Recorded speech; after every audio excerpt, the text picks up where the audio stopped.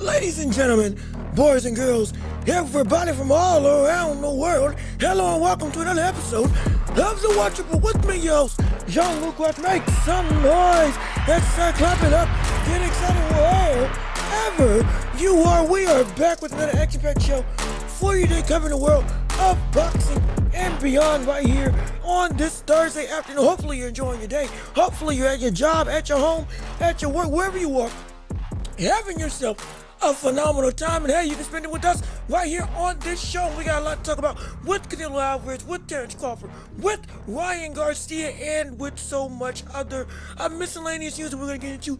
Absolutely, don't forget we got a championship rounds at the end of this show. But before we get into all the topics of the day, real quick, let's get the intro out the way. If you haven't already, go ahead and leave a like on the video. Get the likes up on this show. Let the algorithm know this is the hottest place to be on the hottest show in all the globe, right here on YouTube and every podcasting platform imaginable.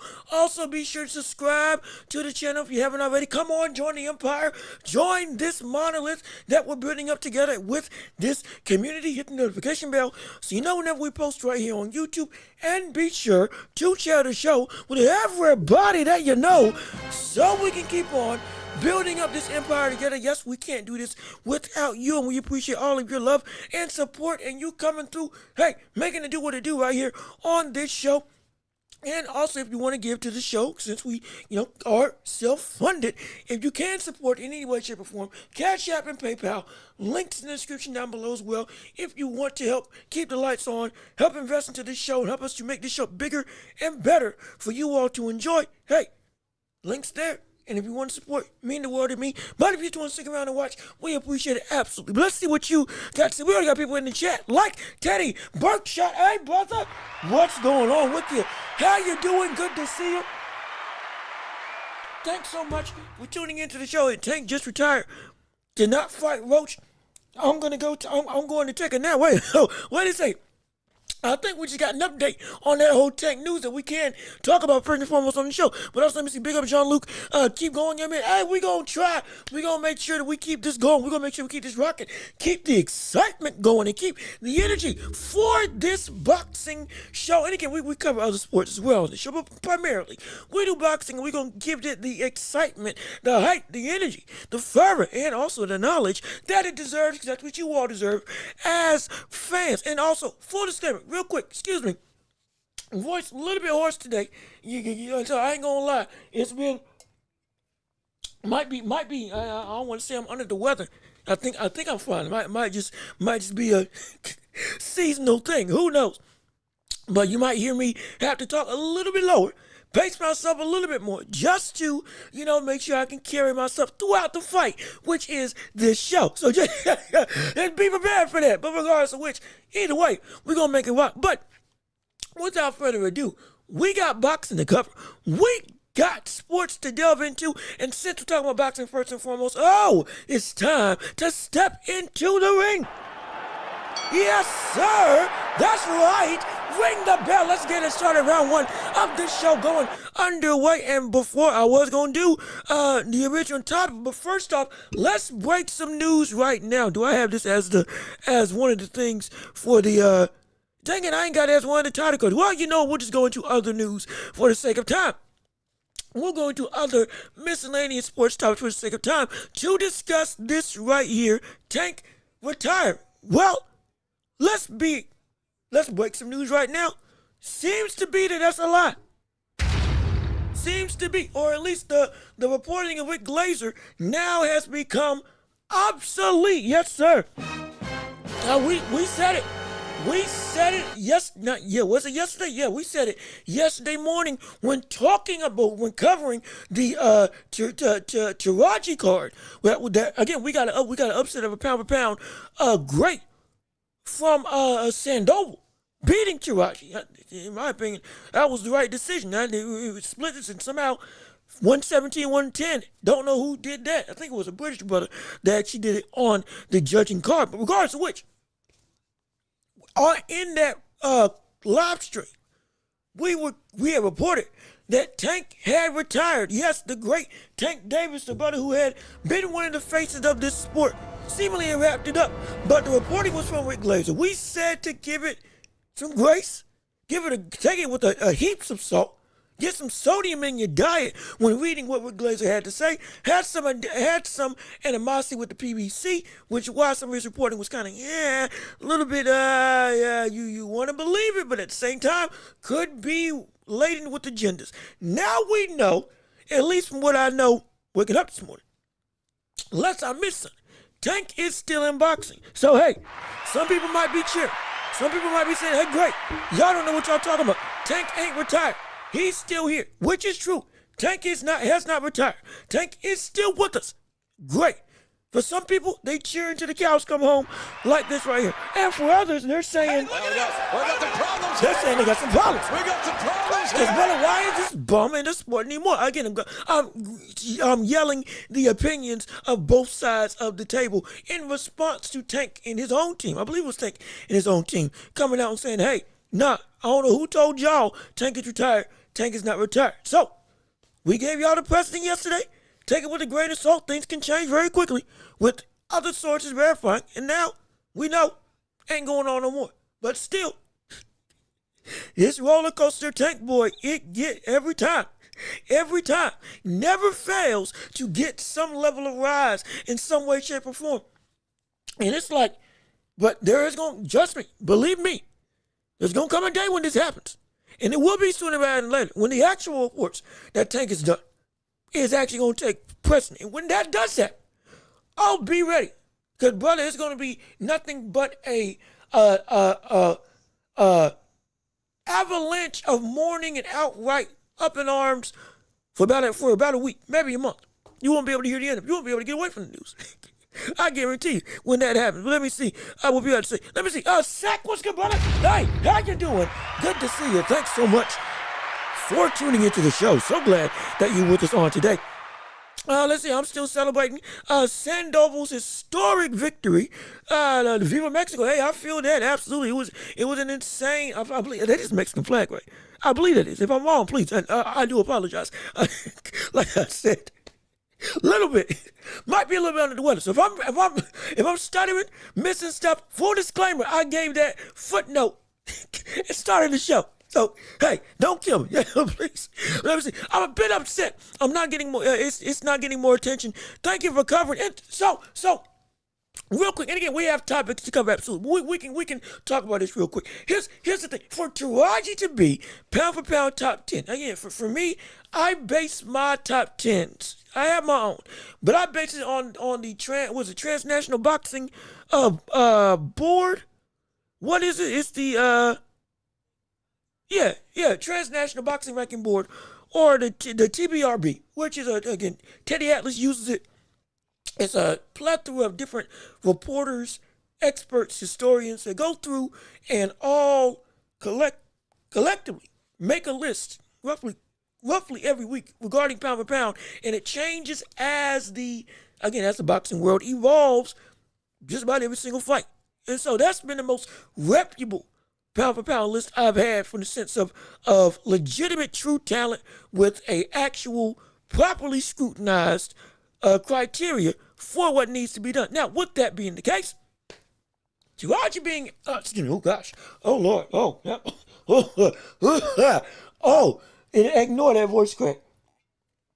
Oh Lord, oh my gosh. Okay, ignore the voice crack. My apologies. But Taraji being on that 8 to 10 list should have gotten some more notoriety. Again, have been performing incredibly well over the past 10, 15 fights, at least what I've been keeping up with him. Again, he was 26-1. Now he's 25-1. And had avenged his loss. Now, 25-2 with this loss to Sandoval. But still, is a phenomenal fighter. Deserves the acclaim. But still, he wasn't getting much of the hype. And let's be honest, there's a couple people on the pound-for-pound list that weren't getting the designated hype that they deserved. Because sadly, the spotlight of the boxing world doesn't shine brightly on everybody at that plateau. Though you would think they would all share some level of notarized spotlight. Take for example, and again, using examples, we can use Dimitri Bivol, who had been on that's a bad example. When he beat Canelo, I believe that's when he got to the pound-for-pound list. Though he was, at that point in time, still the number 1 and number 2 light heavyweight in the world. Artur Beterbiev was the even more destructive nature, and even it took him a minute to get some notoriety while being on the pound-for-pound list, to get the public eye to really soak him up as hey, this is a buddy we need to pay attention to. Taraji sadly fell under that radar for a lot of people, though this was indeed a very important fight. Because again, if he won, he was going up to potentially, or at least in the near future, going up to 115. And then we will get Taraji versus, hypothetically, Bam Rodriguez in a unification fight if that did take place. And that would have been incredible. That would have been phenomenal. And on the flip side of pound for pound, Bam is also getting a plethora of opportunities, notoriety, and legitimate recognition by the public eye. And granted, he's higher up on the list, but still, he is of that smaller frame variety as a boxer, again, because fighting is super flyweight. But still, he's getting the designated push. Now, Taraji's fame was more so localized primarily in Japan, which again, I don't disrespect. Anyways, fame was in Japan for years before the rest of the world got really privy to what this brother really is about.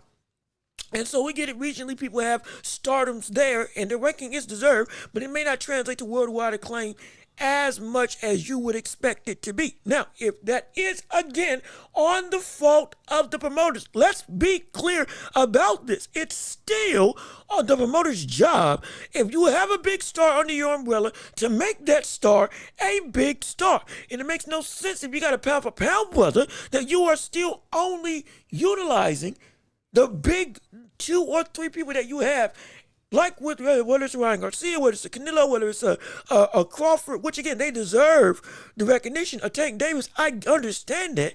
But then, like with the Zone, if you got somebody like that under your umbrella in Taraji, and it takes you this long to push him, to all of a sudden be like, oh, when he finally got up on the litmus test with the biggest audience available, now, oh, he falters. Nah. You could have had this man be a big star, be legitimately worth his acclaim in the eyes of the public. Then, even if he does lose, which again, a loss does not negate how great you are or just diminish and just say, oh, it's time to go, you're a bum. It doesn't do that. It shouldn't do that. In the UFC, it doesn't do that. And it used to be in boxing that wasn't the case. But still, the sport's the sport. Sadly, we're trying to change it. But regardless of which, he could have had some notoriety that even with this loss to Sandoval, one, it would have even further elevated Sandoval's acclaim if he had actually had some big time rub to get from this one, which again he still does. But in terms of the sense of, oh, you just beat the grandeur of beating a pound for pound fighter wasn't felt like it should. It wasn't. Yeah, let's be real. It wasn't. 8th or 10th. You beat the pound for pound in the world, not division, in the world. You beat that. It should be, oh my gosh, things are shifting. However, it did. While we were excited, other people were like, it's whatever. You know what I'm saying? And it took away from potentially having a foundation that even if that foundation of a star in Taraji, if you have built him up correctly, lost, and all of a sudden, ooh, his brand is chipped, that's fine. Because those chipped rocks from that foundation now fall onto the brother that chipped said rock. And they add to his foundation. And all of a sudden, you got yourself a brand new star in Sandoval if it was done correctly with getting a real notarized name. Sebastian Fundora beating Tim Sue elevated him immensely. And Tim Sue ain't nowhere near the pound for pound list, with all due respect. But it just could have been that type of passing of the guard, at minimum, from the standpoint of notarized recognition. It could have at least been that. But it wasn't really felt by a lot of people, because it's just, like we say all the time, everybody don't know everybody. The boxing world is deep and vast. I completely understand that. There's 9, 10 divisions, however many there are, potentially new ones being added every day. Belt commissions adding a belt every single week. Belts being something, them meaning nothing. All of a sudden, undisputed, not undisputed, unified fights that should happen but don't happen. It's a plethora. Oh, excuse me. It's a plethora of issues, or it's a plethora of obstacles, rather, that cause the boxing fan to not be able to have the requisite knowledge of at least the through line of what's important, what's not, what's going on, and what exactly should be meaningful. I get that. But at the same time, it should be that stuff like this is indeed shaking, groundbreaking. Sadly, it ain't. It frustrates me. It really does. And actually, I think that actually brings up a good point, because that is a topic I wanted to add, and I forgot to put it in my thing because I was so busy trying to scour the globe for anything else that potentially needed to be talked about. Let me add this new segment real quick, because this is something that needs to be discussed right now. I'm dead serious. Hold on, give me a second. Hold on, on the fly.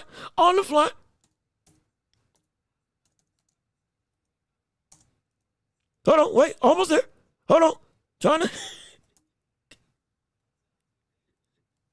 to. Okay. Is this going to work? Is this going to work? Let's see. Let's hope. Well, I hope that's spelled right. But we're going to rock, and we're going to add it. Since we talk about pound for pound right now, let's delve into it. Let's get to that. Let's get rocking. Let's get rolling. Let's talk about pound for pound ranking shaker. Because again, right, like we said, this fight with Sandoval, and again, I almost forgot. Thank you all so much who all tuned in for the live stream on Wednesday morning that woke up with us early. I mean early Wednesday. To watch, again, this fight take place and Taraji get beat by Sandoval. Now that has happened, though, there's been a pound for pound shaker. Taraji, even by most metrics of those who did have him on the list, which again I did, he is now he was at the bottom of the rankings with all due respect. Again, I'm not trying to disrespect him. He was around that 8th, 9th, or 10th spot for people that had him on that pound for pound list. And again, for me, now that he's lost and Sandoval has won, all of a sudden, there's some shakeups in the world of boxing. There's some big shakeups in the pound for pound rankings that we need to start having conversations with. One of them being David Benavidez. And with him, hey, David Benavidez was a brother who we were all saying should be on the pound for pound, but it was a 50-50 split. Some people said he was. Some people said he wasn't. With his performances that he's had at light heavyweight, that has helped his case immensely to be in pound for pound. But right now, it was still on more than I would like to see list. He was still off, or at least at the bottom, or borderline. Or there people making arguments going and pushing one in or one out. Now I think with Taraji losing, I think he would get bounced out of the top 10. And now we firmly put David Benavidez in the top 10 for the wider spectrum of boxing. At least would be my humble opinion. And then now, that brings up the question of Shakur Stevenson as well. Because again, mind you, pound for pound as a talent, completely agree. But pound for pound as a fighter, that still left something to be desired from the standpoint of it was still controversial.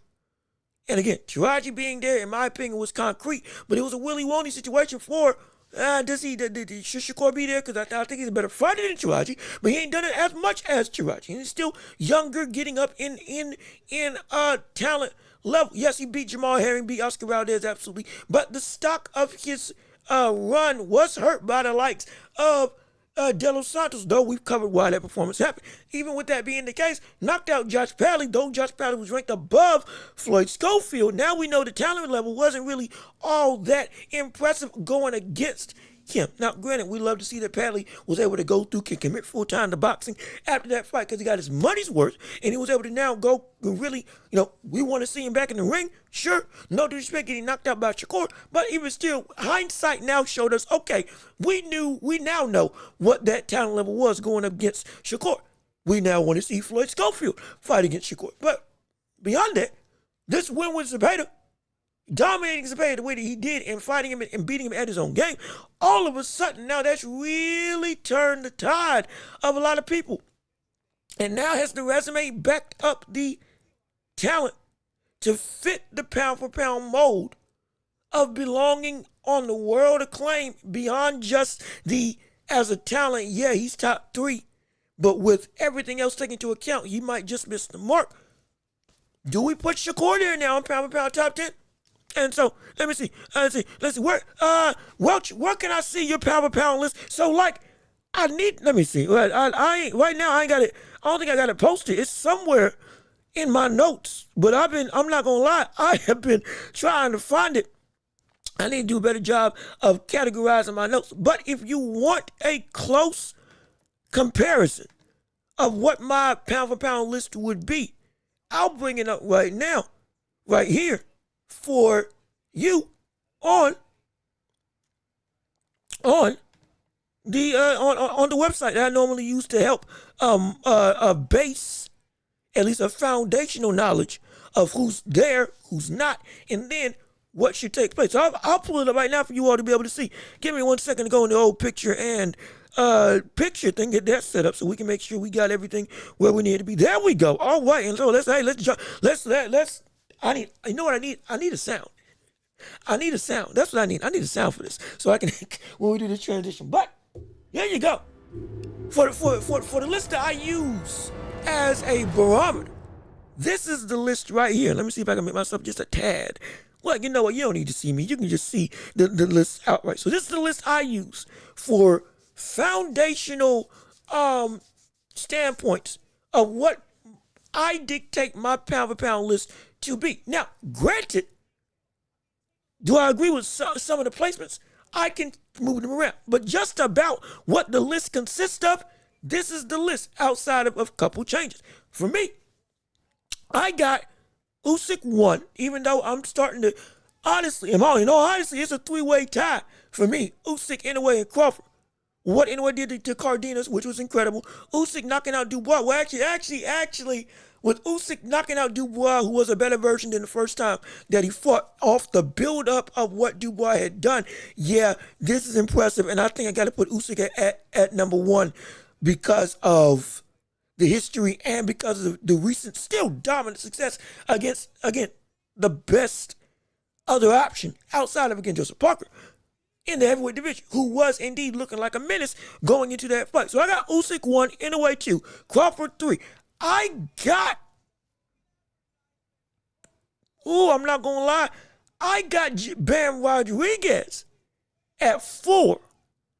I got Bivol at 5. I got Better Biev at 6. I have Junto at 7. Then with Taraji losing, I got Taraji out. And then I got, in place of Taraji, David Benavidez. So Benavidez would be 8. Canelo Alvarez would be 9. And then Shakur would be 10. That would be my list. In fact, let me type that down so we can make it. We can so we ain't getting confused. Cause I know some names might be going through and y'all looking at my notes. Hey! Don't be looking at my stuff. Don't be looking at my layout. How do I get this thing off my screen? You doggone peeping toms. Get off my lawn. So,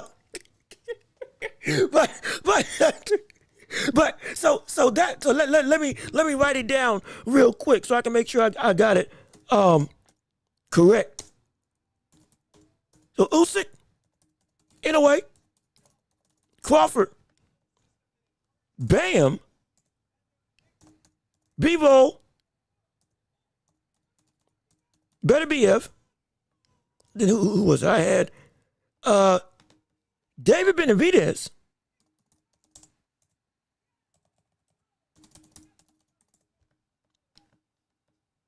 And then who was the other two? David Benavidez, yeah, Canelo, and then wait, no, I'm missing somebody. Hold on. Usyk, in a way, Crawford, Bivol, Usyk, in a way, Crawford, Ben Rodriguez, Bivol, Better BF. That's what I was thinking. I knew I was forgetting somebody. Excuse me. I apologize. Hold on. I had him out of order. Junto at 7. Benavidez at 8.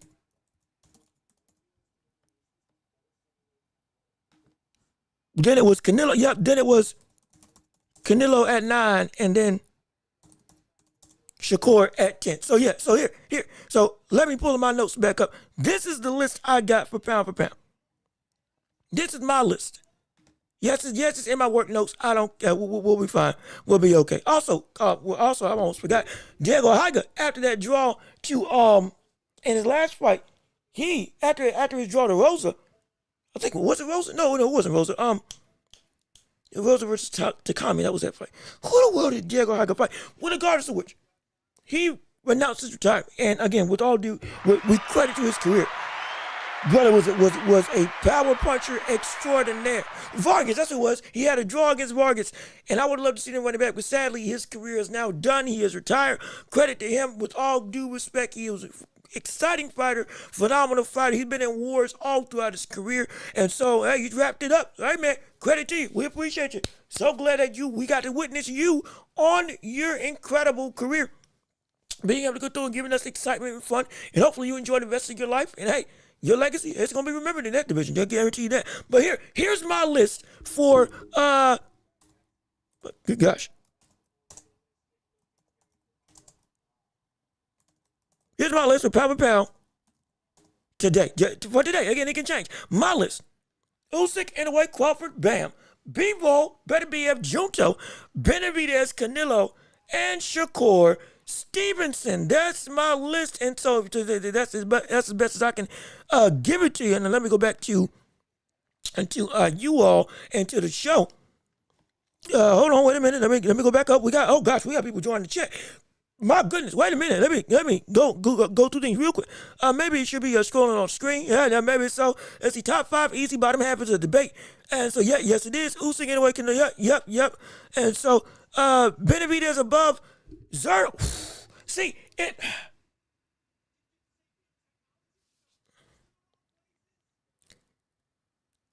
And also, hold on, Ninja, how you doing? Good to see you. Oh, I forgot to greet you. Hold on, let me greet everybody that's here first and foremost before we go into going through the conversations. Nerd, how you doing? Good to see you. Thanks so much for being to the show. So glad that you're here with us on today. And so, and again, it is subjective.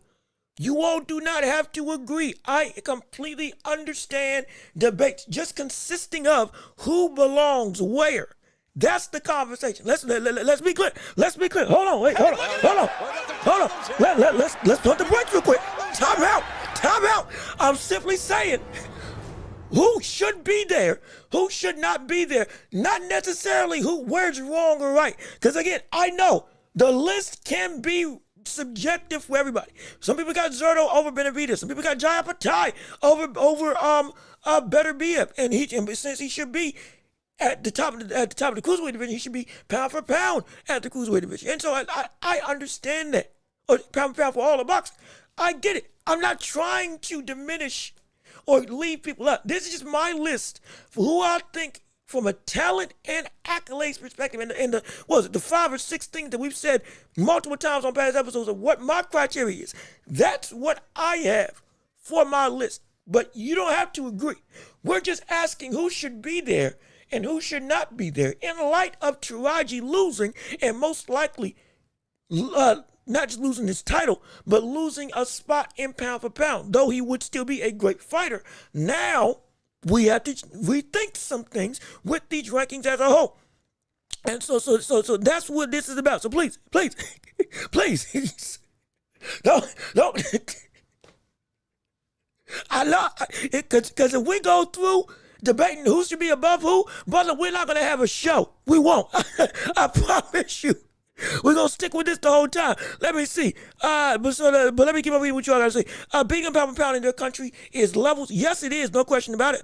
And it is, let me see. Who's it going to be? Yep, we had that. Benavidez above Zerto. I got Benavidez above Zerto because of the dominance at 168 and what he's done since going up to 175.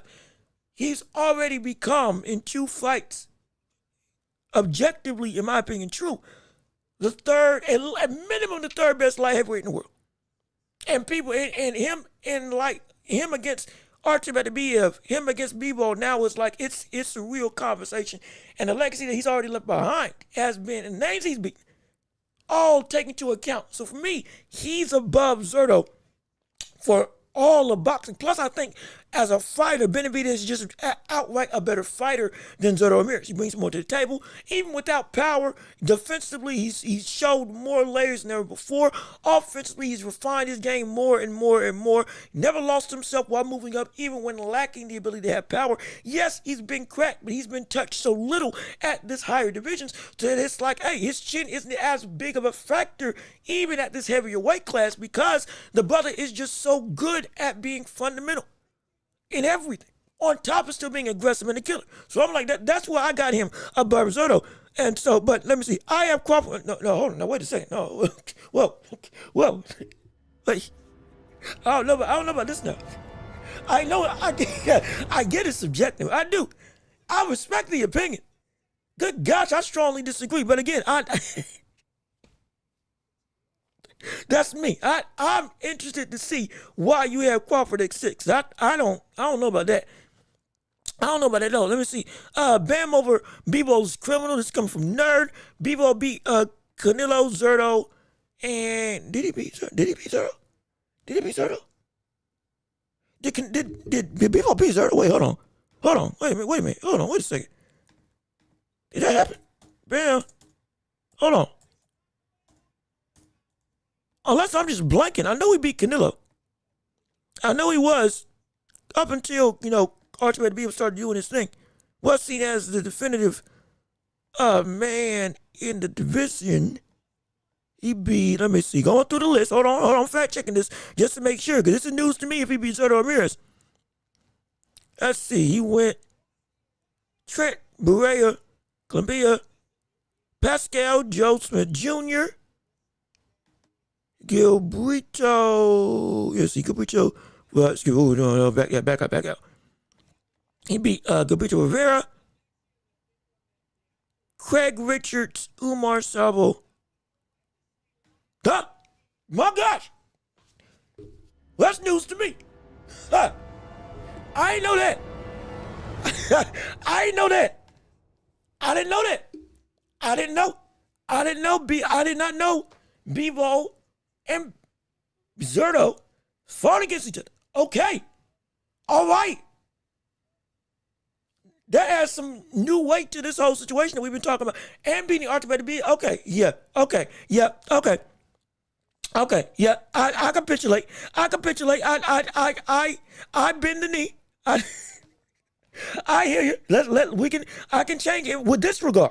Like I said, this conversation is not about making or shifting the pound for pound list.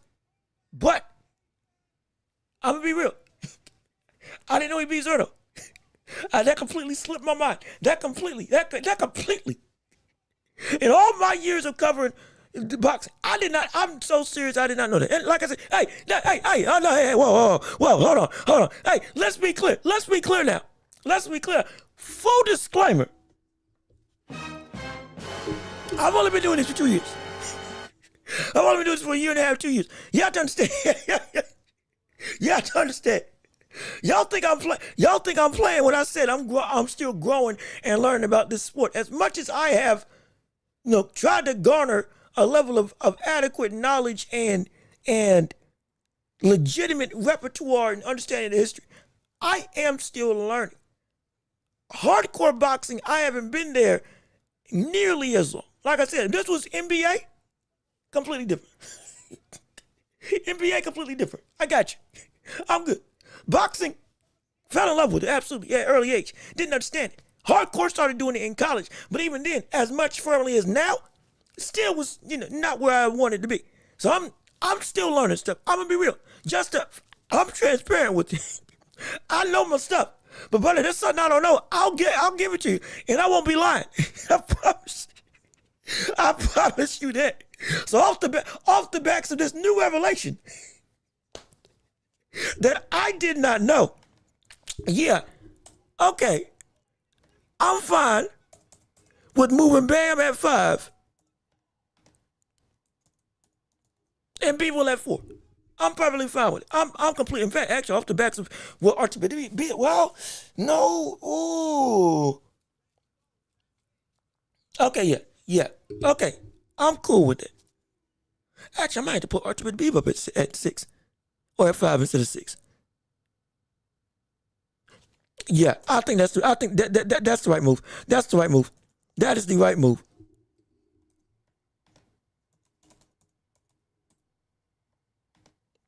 I think that's the right move. Okay. All right. So upon further inspection and new revelations, I've moved my list around. And like I said, we're not trying to create a list. Be clear. We're not trying to make a list. We're just talking through who should be it. But with what we've now learned, I can make an addendum to my list. I'm completely okay with that. We will make B-Ball at 4, Better Be Him at 5, Bam at 6, Junto at 7, Benavidez at 8, Canelo at 9, and Shakur at 10. I think that's fair. I think that's fair. I think if I'm wrong, if you don't agree with this list, we can debate it. Absolutely. But now with with newfound information of not knowing genuinely that Bivol had beaten Zurdo Ramirez when Zurdo Ramirez was at light heavyweight. Now, okay, I made a change. This is my concrete list. Again, it could change. It's fluid. We can discuss it. But this is what I have for who should be there. All of this, mind you, is off the backs of what we're discussing right now with Taraji losing to Sandoval, being on pound for pound top 10. Now with him gone, who should be there? And the question was, does Shakur and Benavidez deserve to be on that list now? That was the question. Let's be clear. That was the whole crux of this entire thing. Does Benavidez and Shakur deserve to be on pound for pound in light of Taraji now losing and what they've done of recent in their careers?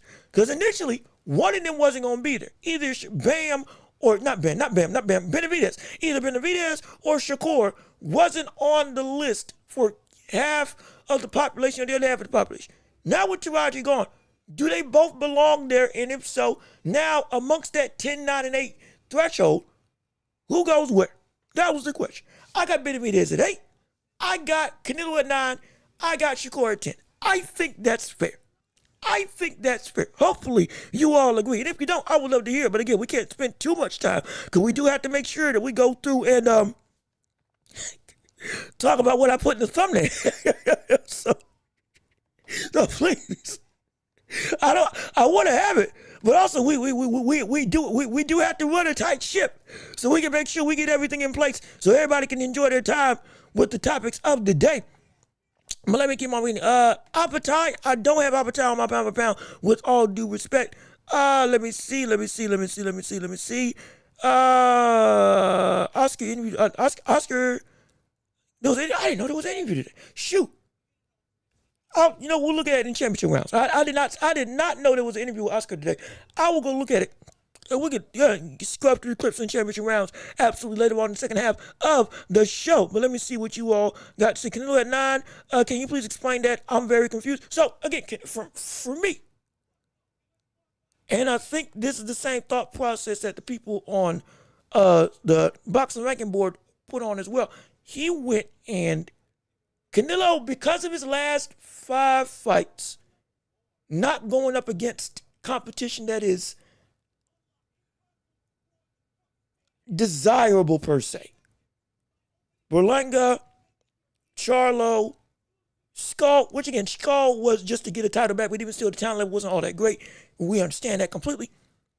It's been the consistency of who you beat has not been up to the standard that it's supposed to be. Yes, he still runs the division, but also that has bumped down more and more and more over the years of where Canelo can sit, especially with what we've seen with, again, Benavidez amping up his own production against really game dogs. Shakur, what he's doing right now. Bam, with what he's doing right now. Bivol and Beterbiev going at it in a war, about to have a trilogy, and being so far and away above everybody, but still fighting consistent, dominant threats. Canelo hasn't done that. And that lack of real danger in terms of the level of opponents. With, again, was it Ryder, Munguia, Berlanga, Skull, and Charlo? It ain't. We've been saying, hey, brother, you can do better. But Canelo's been operating in the sense of, I can do what I want. Now, he's still undisputed. Yes, he still has one of the biggest resumes in boxing. Yes, he still is one of the best in the world. No question. But from the standpoint of how, for me, of how I do pound for pound, he has been bumped down over the years because other people have done more stuff of recent and consistently. And also Canelo's talent has started to diminish. It has. That's what makes this fight with Terrence Crawford also exciting, because his talent level has diminished and it has gotten worse. He's still great, but it has regressed to a visible degree. And that also with the lack of real threats that he's faced off of his own volition. Everybody else doing work and really moving through, taking on test opposition, career-defining fights, legitimate, competitors who, you proved something when you fought this brother. For the past, 3 years, it shifted and changed. So I think now again, Canelo can shoot back up with one win. Let's not forget that. He can shoot back up with one win. If he beats Benavidez, he can. If he beats Terrence Crawford, he most likely stays in the same spot. He might move up in some people's eyes, because again, Terrence Crawford is great. But most likely he still stays at that same 9 or 10th spot. But if he goes on and, let's say, takes on bigger tests at middleweight, though again, he's already beaten everybody, understandable. But takes on bigger and better tests outside of, again, a Ryder, a Berlanga, Shiraz, he beats Shiraz. That's good. He beats Shiraz next. After he beats Canelo, if he beats him, can work. He beats Benavidez, but he's top 3. Because, all right, especially at light heavyweight. Or top 4, top four. Depending on however you want to do the rankings. But that's in part why I have him not in or at 9. Because the legacy is still there. The resume is still there. The history is still there. And the talent is still great. Still one of the best in the world. But it is the road that he's taken up the last 2 years, 3 years. And the opposition that he has faced that has not been up to par of his own volition. And other people doing bigger and better things against better competition. Or relative to their own. He's at 9. With all due respect, he's at 9. He can move up. It's just he hasn't done enough to sustain that high ranking at pound for pound because of his lack of threats that he has willingly not faced over the course of these last couple of years. Again, he's been operating in, I can do what I want. And if you do that, that's fine. But just like with how people say Tank is not, or how I say Tank has never been pound for pound, though people had him on pound for pound for years, it was because he hadn't done anything to validate that claim of, yeah, you are facing people that make you of the best 10. Though your talent is viewed at as on that level, your run of recent has not shown that. And so it will be neglectful to put you up there when other people are beating people that are bad brothers, real bad brothers. And you just are still coasting by. That it hurts. It does hurt. And so it hurts to stop. Excuse me. But let me, good gosh, good, great day. We got a lot of people here. I'm happy. I'm excited. Oh, hey, I'm happy y'all are here, absolutely. But great, we have to go through and really, we got to wrap this up. So I'm going to pick a couple comments going through, and then we go into the topics of the day. And so let me see, can you tell me what Stevenson's best victory is? It's either Valdez, Herring, and or Zepeda. Probably Zepeda. Zepeda's probably going to be his best win. Zepeda's probably going to be his best win. At least a recent. And deservedly so.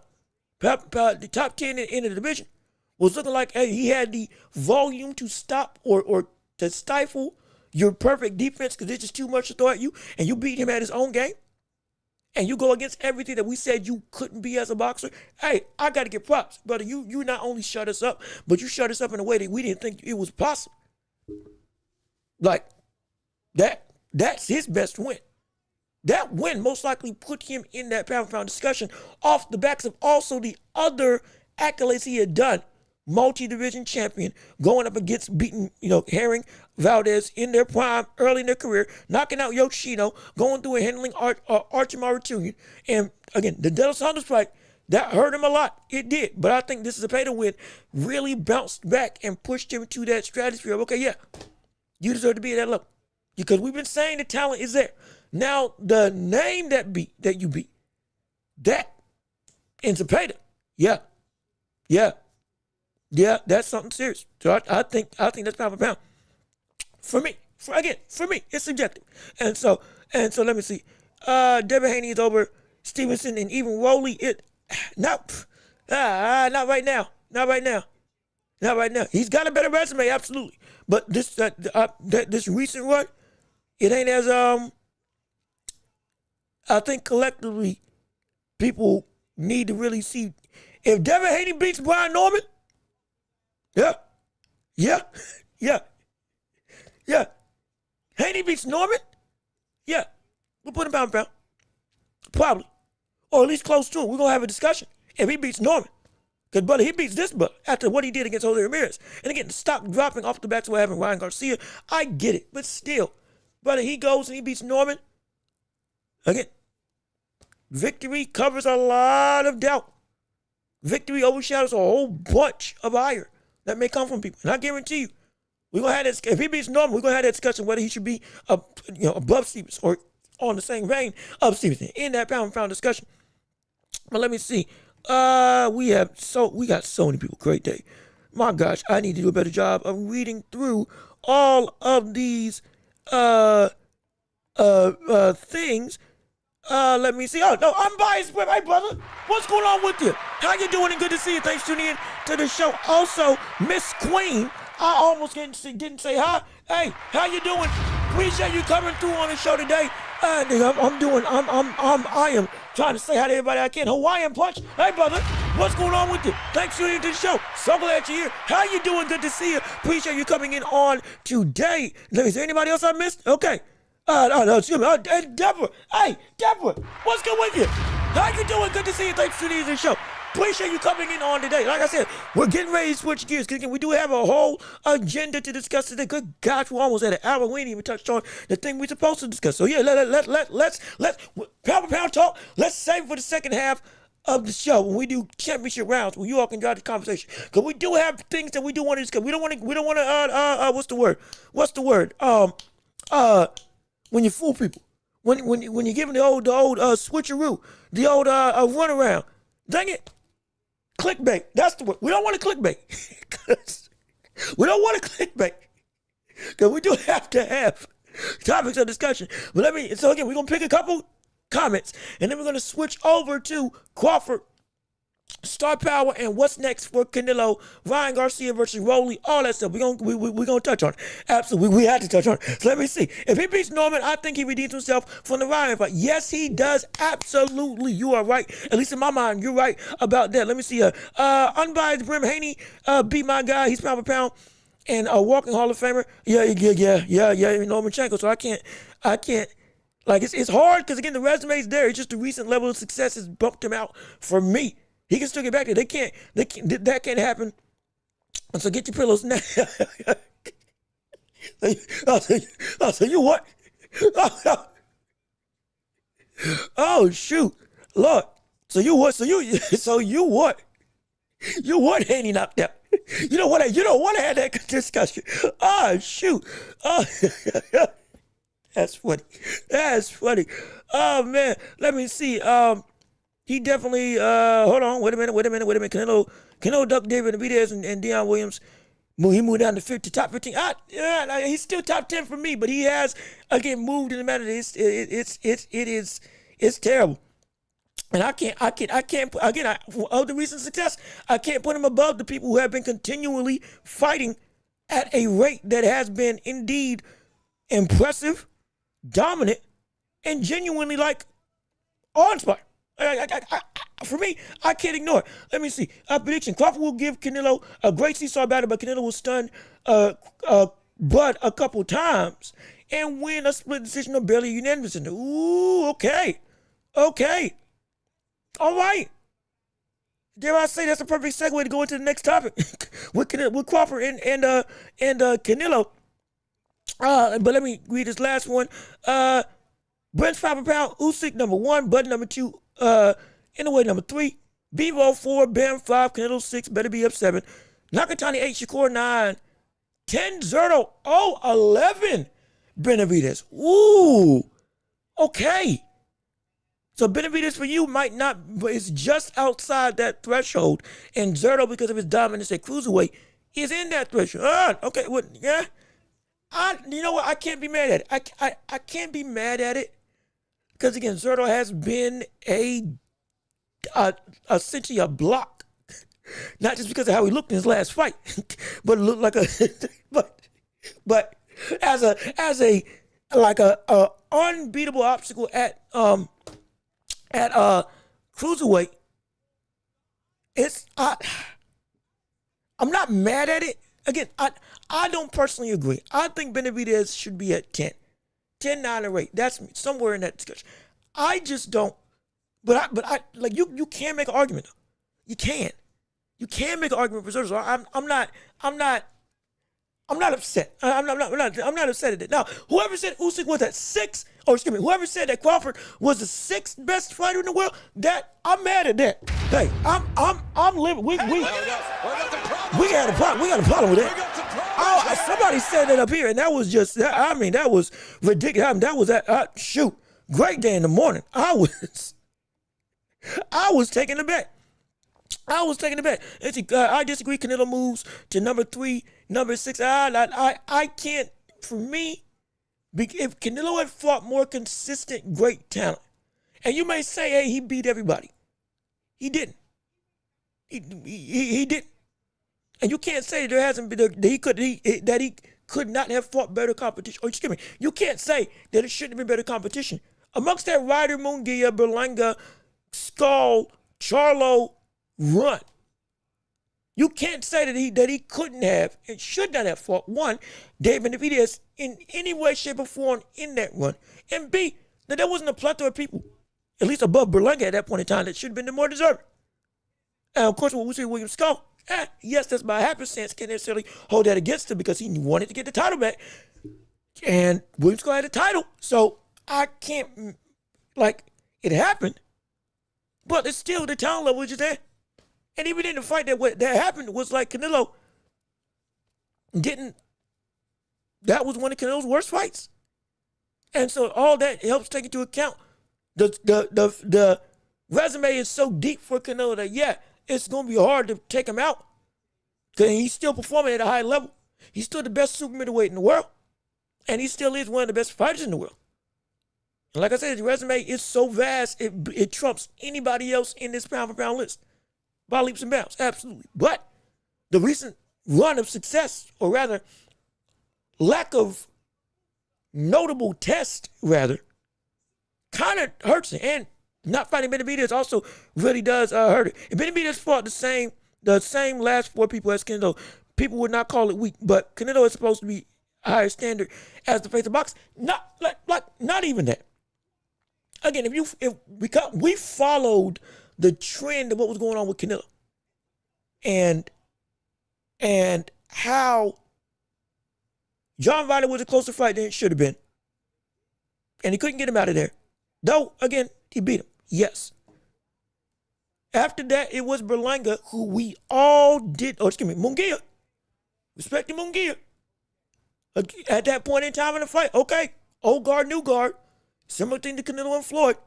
Up and coming, who beat you, knocked out John Ryder. You get to a shot at Canelo. Hey, could have been something. You beat him. Great. Then Berlanga. Now, Berlanga is when the downtrend really starts. And that's why I'm like, hey, Berlanga, we were saying didn't deserve to be in the ring at that point in time in the fight. And he beats him. Great. More competitive than we thought. Respect. But still, as a name and as a viewed barometer, regardless of his standing as a boxer in his own right. Yeah. But with the added benefit of understanding who Canelo is as a fighter, it was hard. From the standpoint of, you shouldn't be doing this.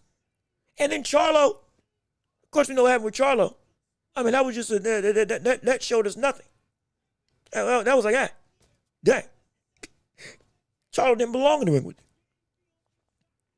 And now with William Skull, which again, circumstances were circumstances. Needed the title and got the title.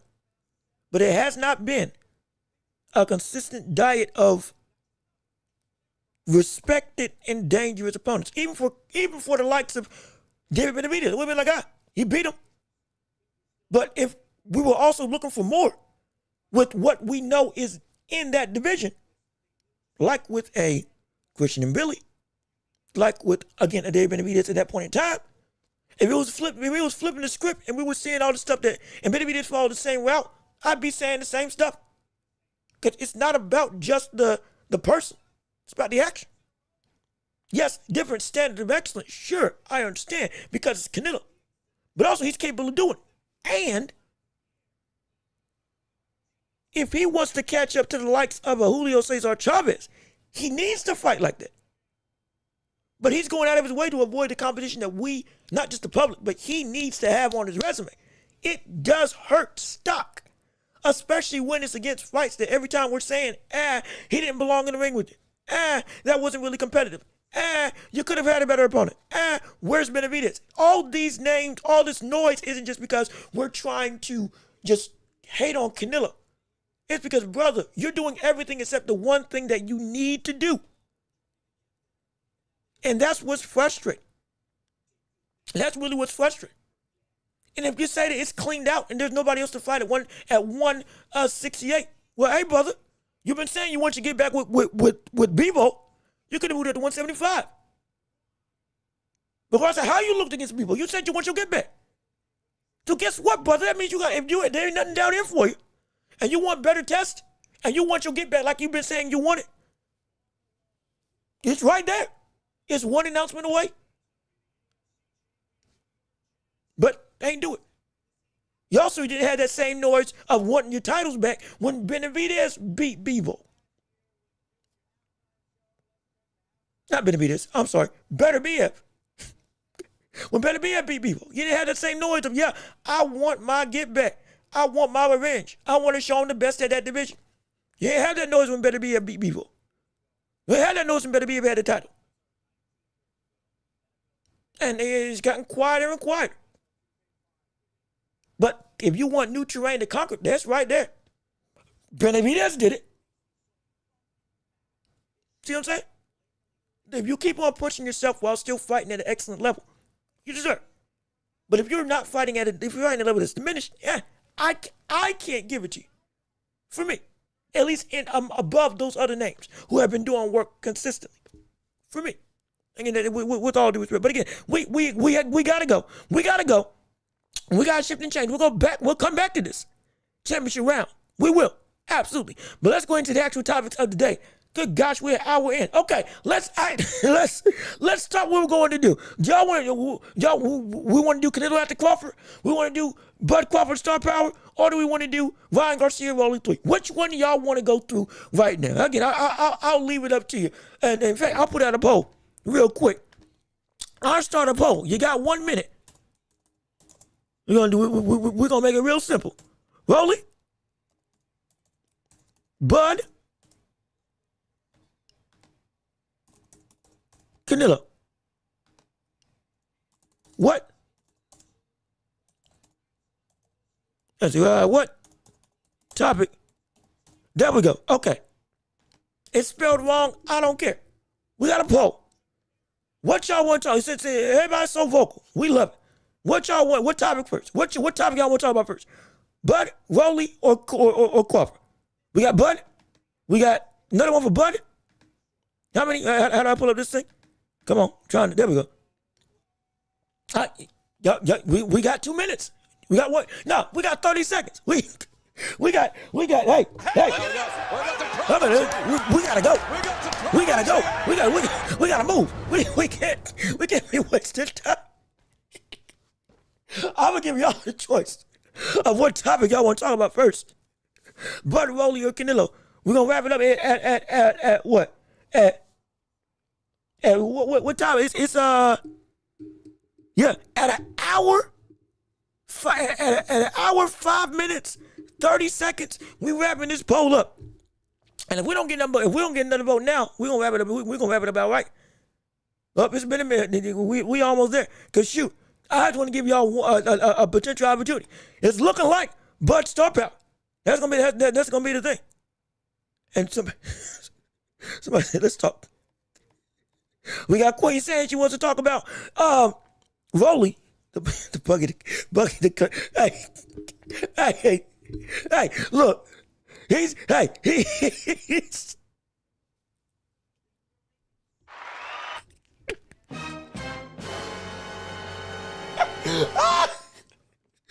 Queen, Miss Queen, you so off for that. You off for that. You off for that. But I can't. That's funny. He's gotten his act together. If he was still fighting if he was still fighting like Buggy the Clown before the shift, I'll give it to you. He's gotten better though. He's gotten better. But doggone it, see, I hate how good this comparison is. That is spot on. My gosh. But if you want to talk about voting, we got to vote. Because right now, we passed the time limit. Let me see what y'all said. We got 3 people. And we got Bud. All right. Well, that's the case. We talking about Bud first and foremost. So let's get it started. Also, R.O., how you doing? Good to see you. Thanks for tuning into the show. So glad that you're here with us on today. Roman Vasquez, hey, brother. How you doing? Appreciate you coming up on this Thursday afternoon. We ain't got to jump into one doggone topic we have for today. We've been discussing pound-for-pound rankings, who deserves to be there, who doesn't deserve to be there, making arguments just for what is the, not even criteria, who belongs and who don't. My gosh, we haven't even gotten into the meat and potatoes of this show. And so we appreciate you coming in on today. Benavidez versus Small Charlo Munguia Berlanga Skull. That will end it. Yeah, see? You see what I'm saying? It's some of those names, again, Munguia, I ain't got no problem with.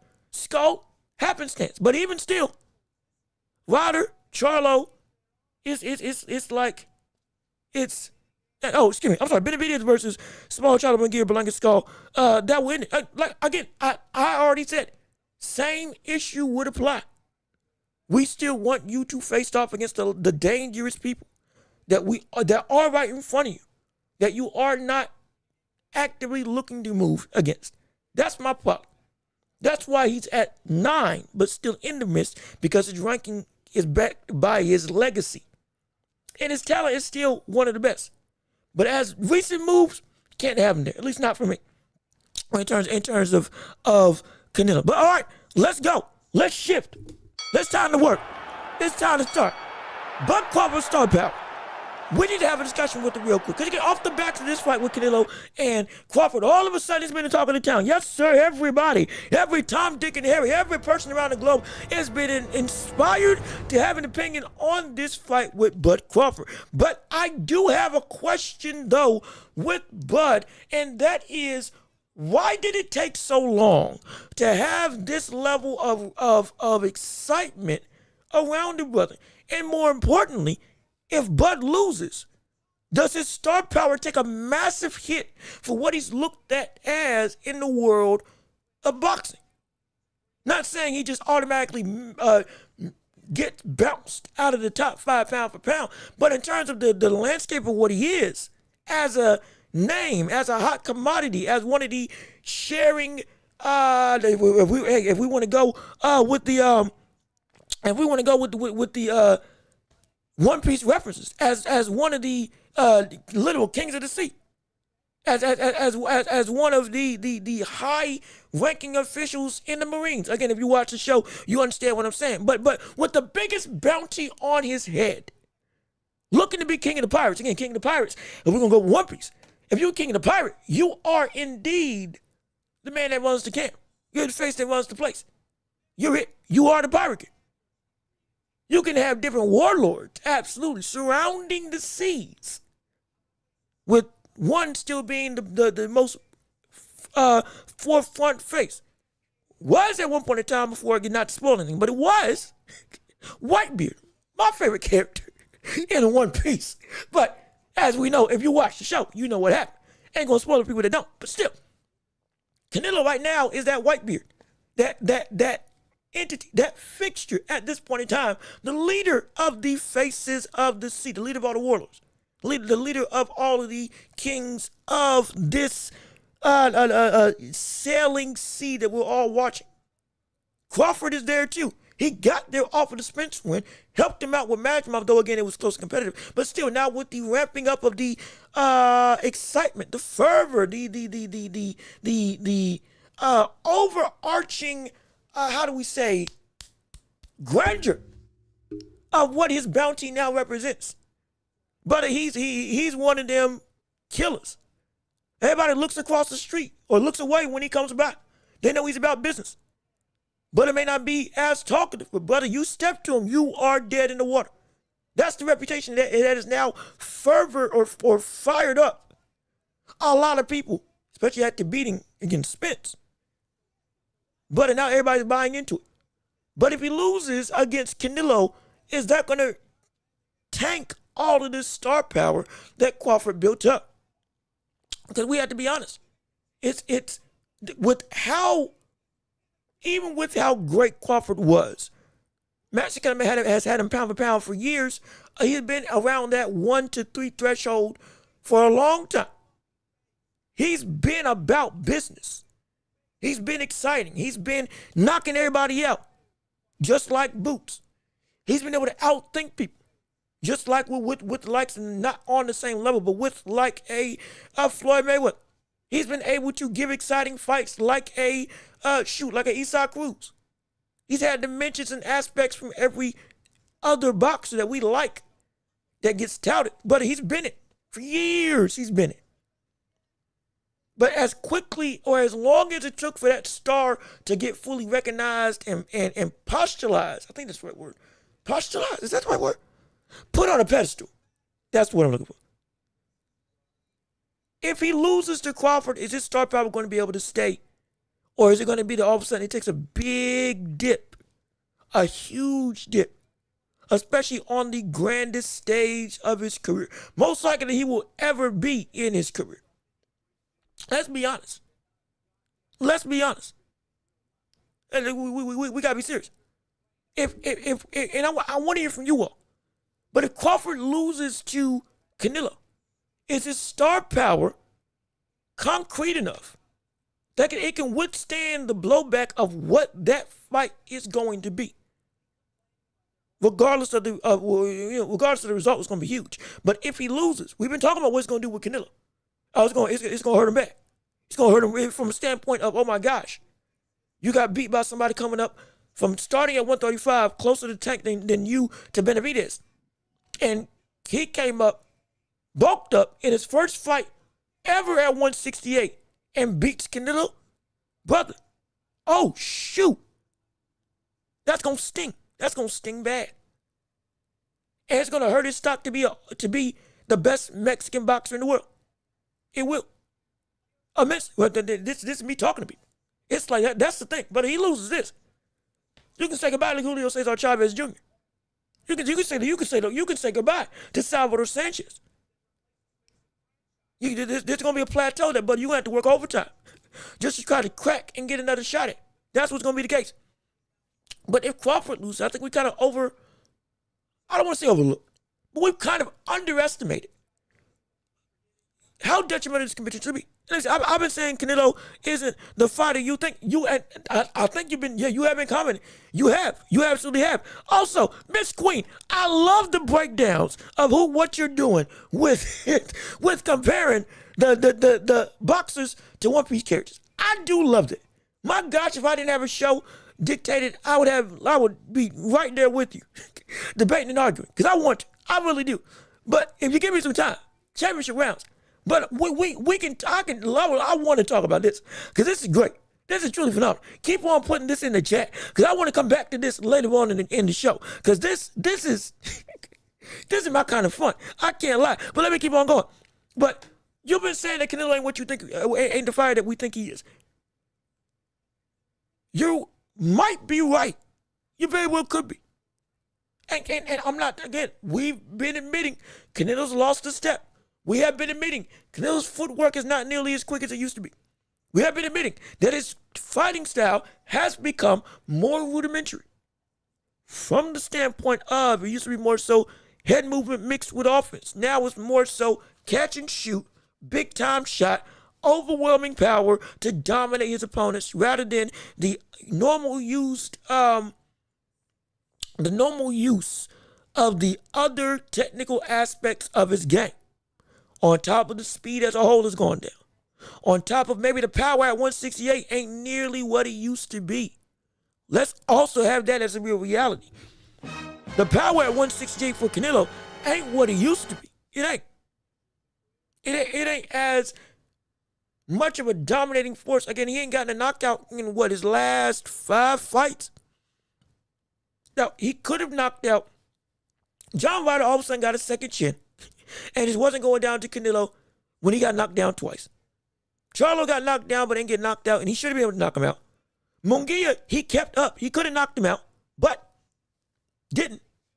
He could have knocked Munguia out, but he didn't because he was just trying to help Munguia learn. And as a student, as a master teaching a student, literally held him up and carried him through that fight in the last 2 rounds. That did happen. But then William Skull couldn't knock out, couldn't even knock down, couldn't catch him. Though Skull wasn't trying to fight, different conversation. And then Berlanga knocks him down, but doesn't knock him out.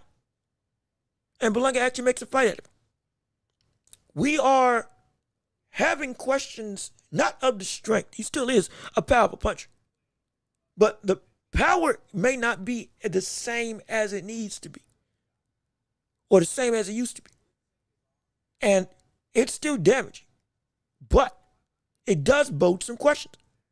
All of those different instances, and some more that I didn't touch on, are why we completely understand Canelo's not the same brother. He's not. He's still in his prime, but he is in the tail end of his prime.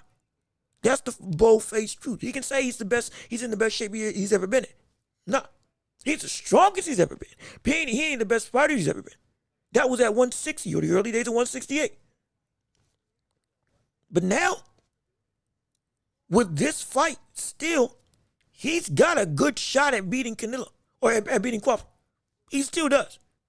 It would still be understandable that we would have Canelo favored if you have him favored. And the question is, can Bud's star power take a loss of this magnitude? Because just like, mind you, what happened to Spence can very well happen to Crawford in this fight.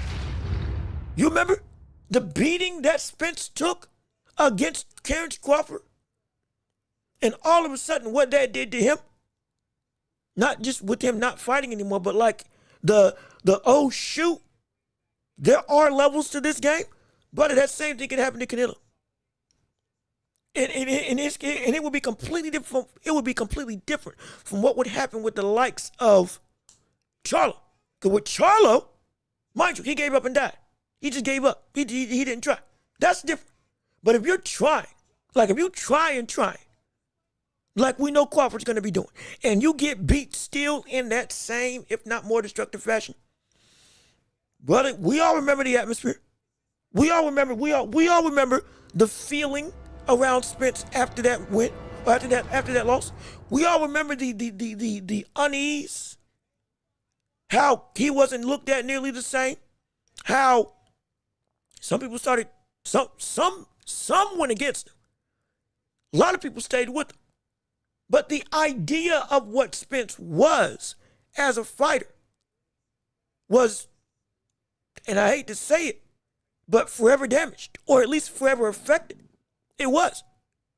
Now with Crawford, that can still happen. But what we also have to understand, even with Spence after that fight, the cachet and the star power that Spence was coming into that fight with Crawford, he was a bigger star.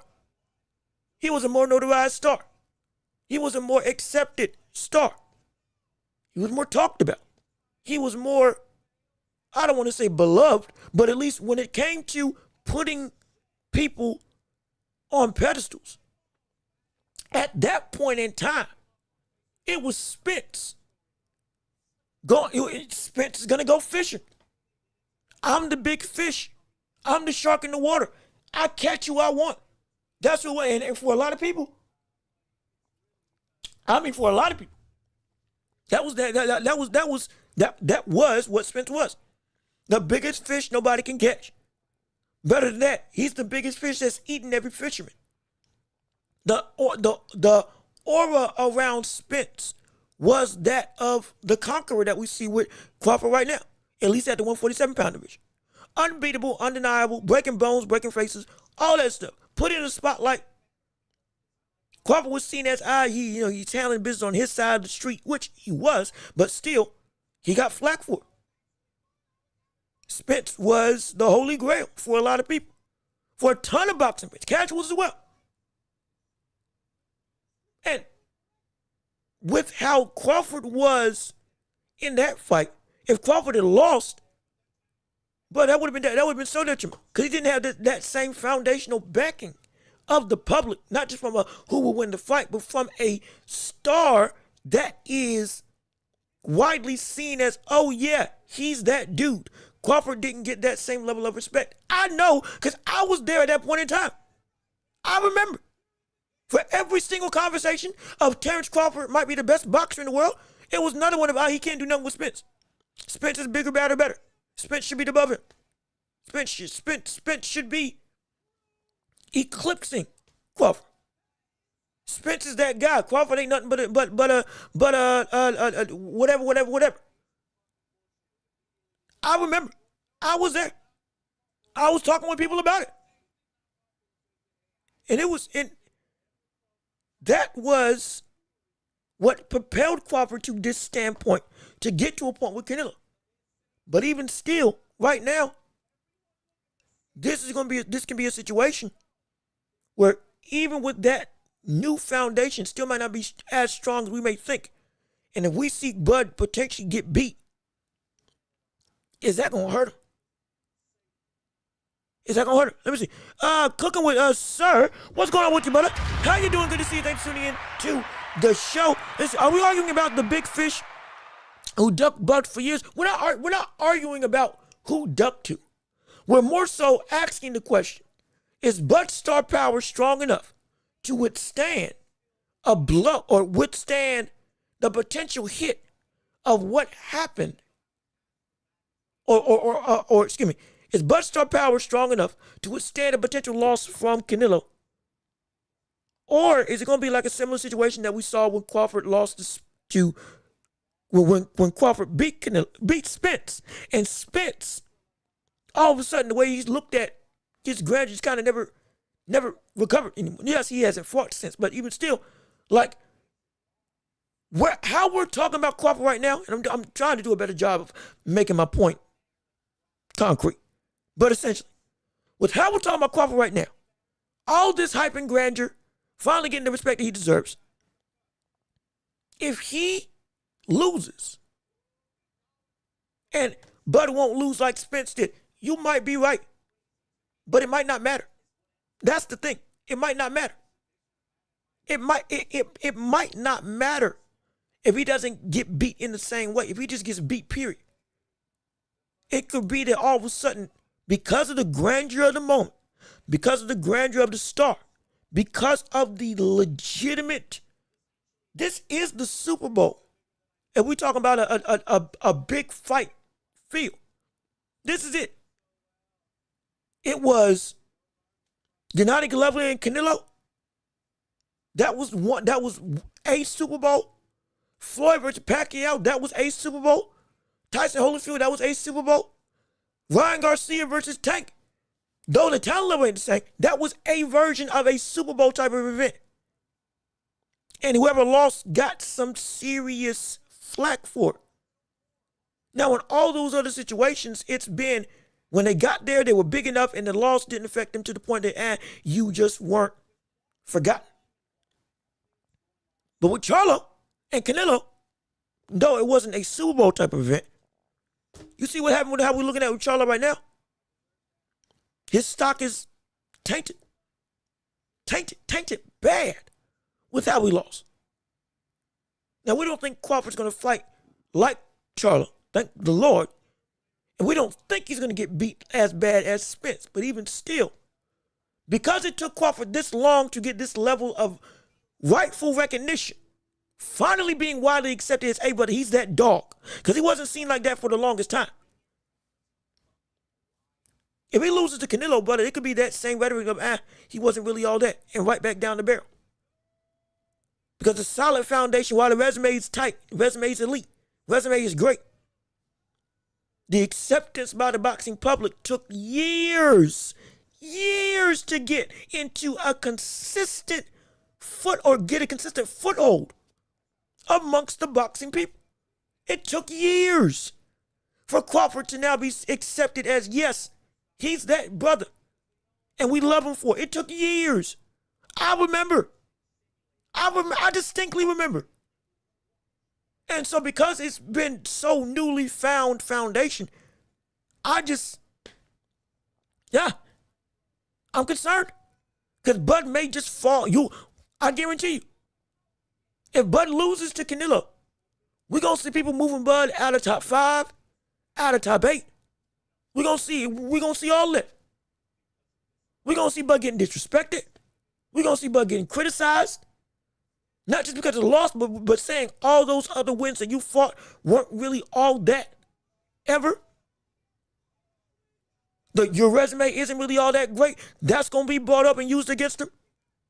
And all the momentum from that Spence fight can potentially, because of the grandeur of Canelo, crumble and fall. It can crumble and fall.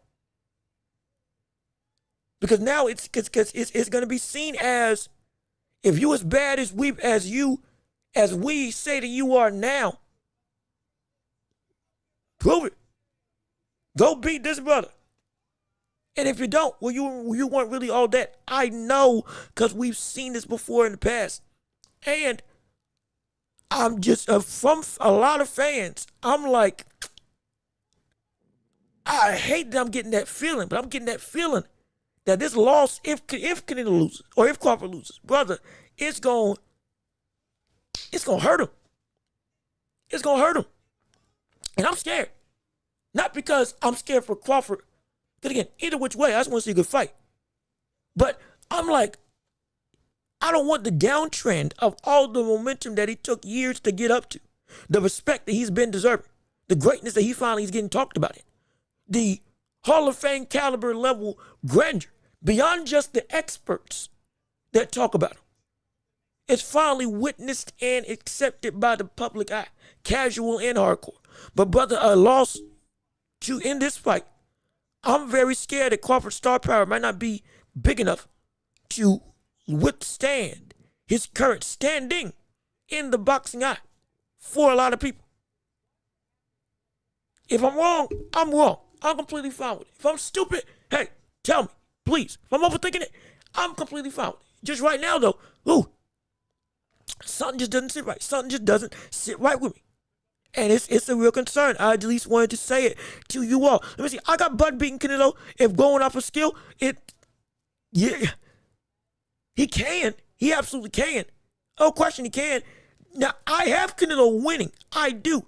Though it's going to be close. If we can see Crawford counter Canelo and gain some respect from being able to consistently catch him, we got ourselves a fight that, yeah, he's going to win. You definitely do. But if the skills aren't enough, that's what I'm concerned about. Because Canelo also, as a skillful fighter, brother, it ain't too far off between the two. It ain't too far. We can talk about Canelo being diminished. It ain't like that. It's just completely whitewashing. Canelo doesn't use those other means of boxing technical abilities. Though they've been diminished, he still has them. He doesn't use them as much. I wish he did. It would make him a better fighter going later into his career. But he still has them. And IQ, you don't get to fight from 54 to 75, beating Gennady Golovkin and all these other killers, Sergey Kovalev, and all these other people, without having legitimate, not like IQ, boxing skill. You don't. You just don't. And because of that, brother, it ain't like it's clear in either way. Crawford is above Canelo in skill, but it's also it ain't too far off. And Canelo is above Crawford in physicality. But with what we've seen of recent, it might not be too far off either. And so it's almost like Canelo has elite skill and also incredible size and frame and power and physical ability. That's a tough thing to beat. While Crawford has better skill than Canelo, which can counteract the physicality, but also without that physical level playing ground, which again, potentially he might be stronger than we may think on fight night. I've been saying that for a couple months now. He might be stronger than we think on fight night because of how big he actually looks, what he looks like in the gym, how he has filled out and gotten to 168 the right way. He looks good. He looks great. And with him being pound for pound, one of the strongest fighters in the world, brother, it could be that it is in fact close and comparable in terms of physical strength. Hypothetically, it could be the case. But with us going off with what most likely is going to happen, then Crawford's got a disadvantage in strength, better advantage in skill, but it's close.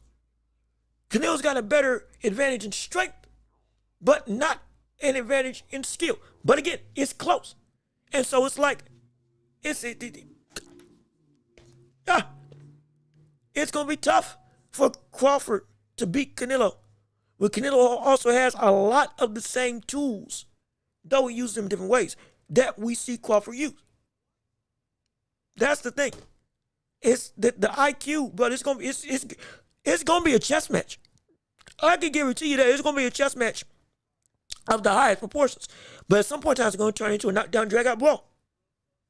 And so once those two frames in the fight go forth, or once those 2 points in the fight go forth, who's going to have the advantage win? That's going to be the question. Let me see. Business and Gloomy. Hi, brother. What's going on with you? How you doing? Good to see you. Thanks so much for tuning in the show. So glad that you're here with us on today. You got Canelo in 8. Shoot, boy. I'm telling you. Right now, I got Canelo by a decision. But, brother, every single day, I am getting closer to changing my pick and picking Terrence Crawford. Every day. I have Canelo winning by decision.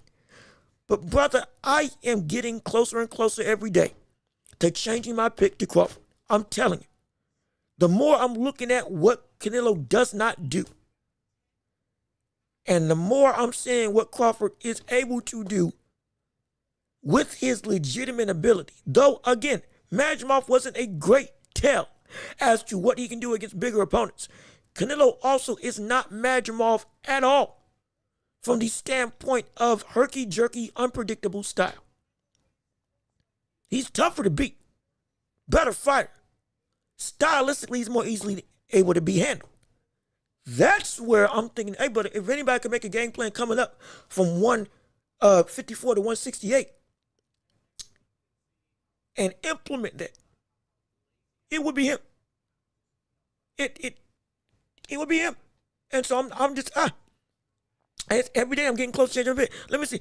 Charlie was just trying to get a payday from Bud. Yes, he was. And Charlie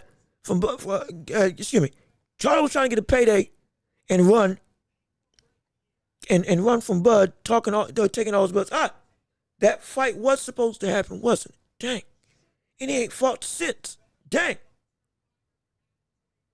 And 154 is hot right now. Dang. Where in the world is Charlotte? Where in the world is Charlotte? That's actually a really good question. Let me see. Sir, if I didn't say hi already, Sergey, what's going on with you? How you doing? Thanks for tuning into the show. So glad you're here with us on today. Let me see. Listen to the joke Mike Tyson. Wait, hold on. I don't think I'm missing this. I don't get that. If I'm missing something, I do apologize. If it's a joke, I missed it. Flew over my head. Oh, wait. Oh, see, okay. I get it. I'm not going to repeat it, but I get it. Dang it.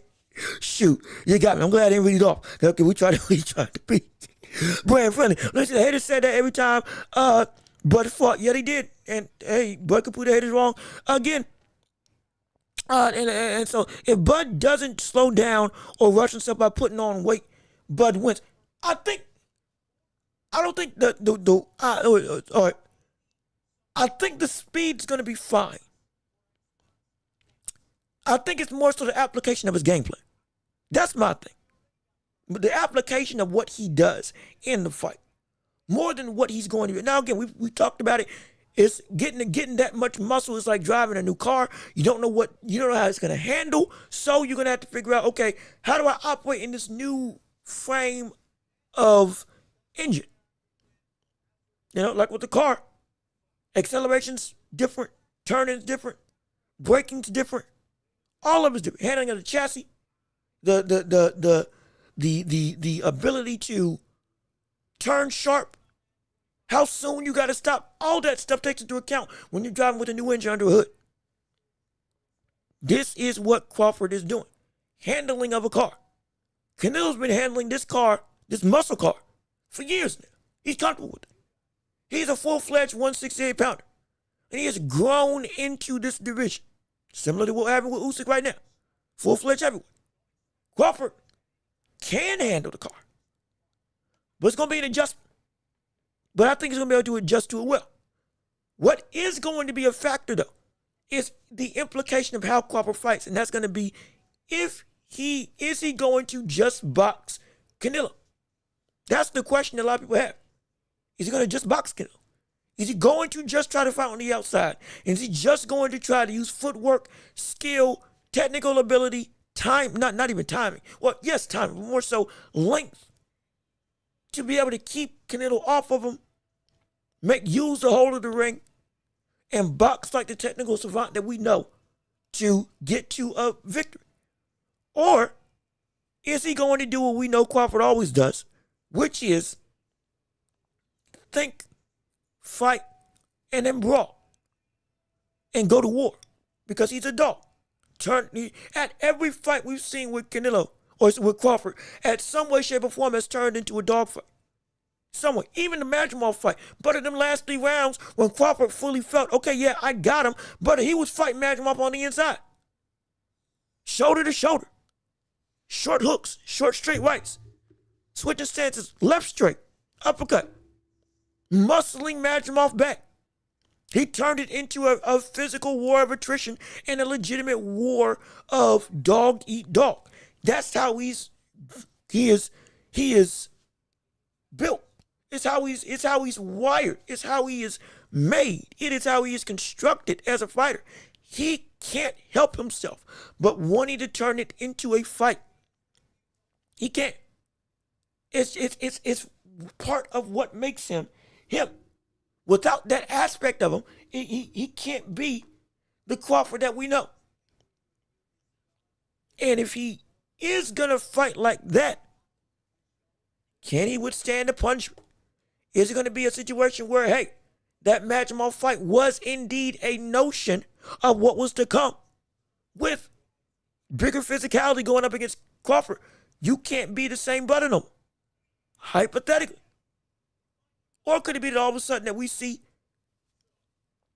now with a full year to get himself right, get himself built, and operating at 168 with the strength that he has, all of a sudden it's, this is the best. This brother's better than ever. Working like a fine-tuned machine, moving like a fish in water. That could be the case, and that's a concern. And people have concerns of whether or not Bud fighting aggressive is going to be something that's bad. I think it's good for this fight. If Crawford fights, I don't want to say too technical. If Crawford fights only on the outside, he's going to lose just like he did, or just like we've seen others who try that style against Canelo. Because Canelo will be able to go through, punch on the arms, punch to the body, land big shots that are more eye-catching without the requisite offense coming back at him to counteract what his power is displaying. And then, Butter goes through and wins the decision. But if Crawford turns it into a fight, we trade him blow for blow, or not even blow for blow, but I'm countering you. I'm looking to set you up with big-time shots. I'm not afraid of that body hook.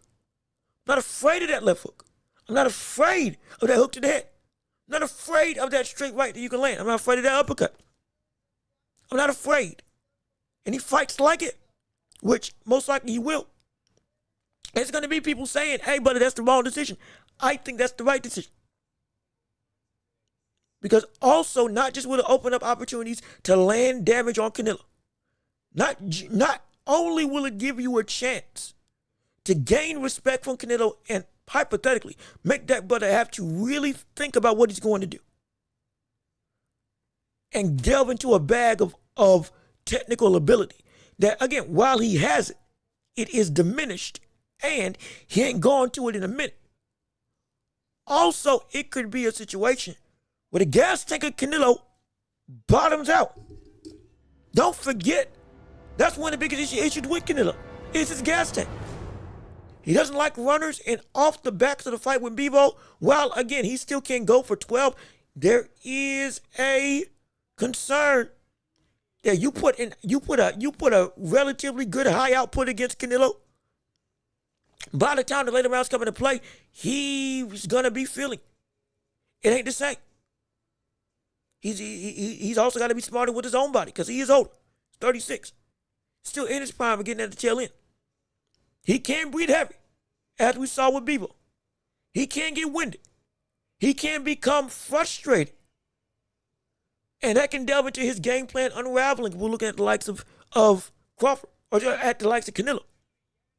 And putting pressure to that brother, applying some heat in that ring, going and saying, hey, I'm going to fight you where you normally want to be. Hey. And if he's able to go to the body as well, not just go and just avoid shots to the body by Canelo, but you land shots of your own downstairs, eat away at that gas tank, flood the basement. By the time the later stage of the rounds come, when that 6th gear flips for both of you, because they both have a 6th gear, they both can go through and change their whole makeup as a fighter. They both can. But also, if you ain't got the stamina, you can't keep it up for as long. You can't. Going back to One Piece, brother, hockey is an incredible tool to use. And if you got hockey, you're a cut above the rest. But don't forget also, you got to train hard to use hockey. And it's hard to make hockey second nature. It is hard to sustain. You got to work for it. And with Canelo and Crawford, they both got that hockey type situation. They both can amp up and make a new covering over themselves. They can elevate their game, absolutely. But one can sustain that longer than the other. That's what we could be seeing with the likes of Crawford and Canelo. With Canelo, with that gas tank, if Crawford does it right, once Canelo needs to switch it on, all of a sudden now he's really he's going through his stamina level. He's really burning the midnight oil, both literally and figuratively. He is burning through his reserves. And by the time, if it's close by the time 10, 11, 12 come about, all of a sudden we can see, oh wait, Canelo's slowing down. And Crawford is still at that same sixth gear. We may even see Crawford unlock a seventh gear, a completely new level that I've never seen him get to. It's possible. It's entirely possible. And if that does happen, brother, again, all-time great, no question about it. Already is. Further cements it.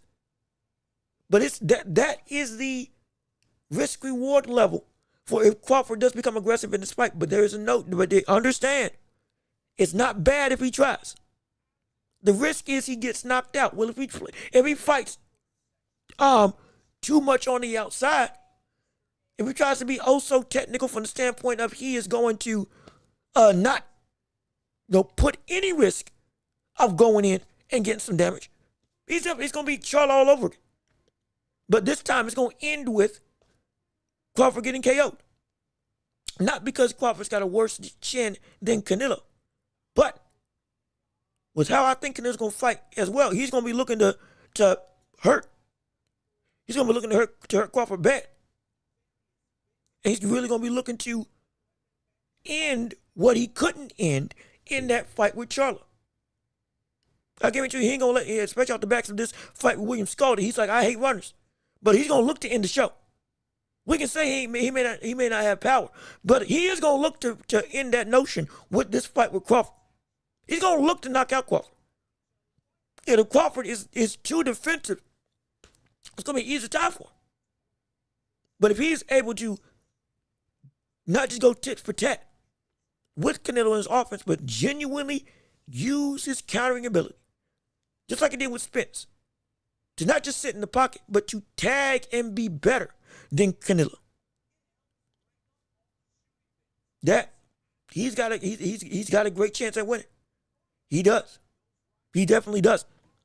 And I'm excited to see it. But again, we still got more to talk about on this show. We don't want to waste any more time. We want to talk about, we have some people saying they want to talk about Ryan and Rolly. So we can discuss that right now with this show. So again, next topic of the day, Ryan and Rolly going through right now. And they are in talks of a new found fight because they're looking to negotiate to get a fight. I think, I think it's in November or December. But either way, we're going to see that fight happening. And I got some questions with Ryan because I'm concerned with his growth as a fighter, or rather lack thereof, with his career at this stage in his life, which, again, he is still young, but he's reaching into the peak physical years of his career, and we are having some questions that we should not be having about him as a boxer.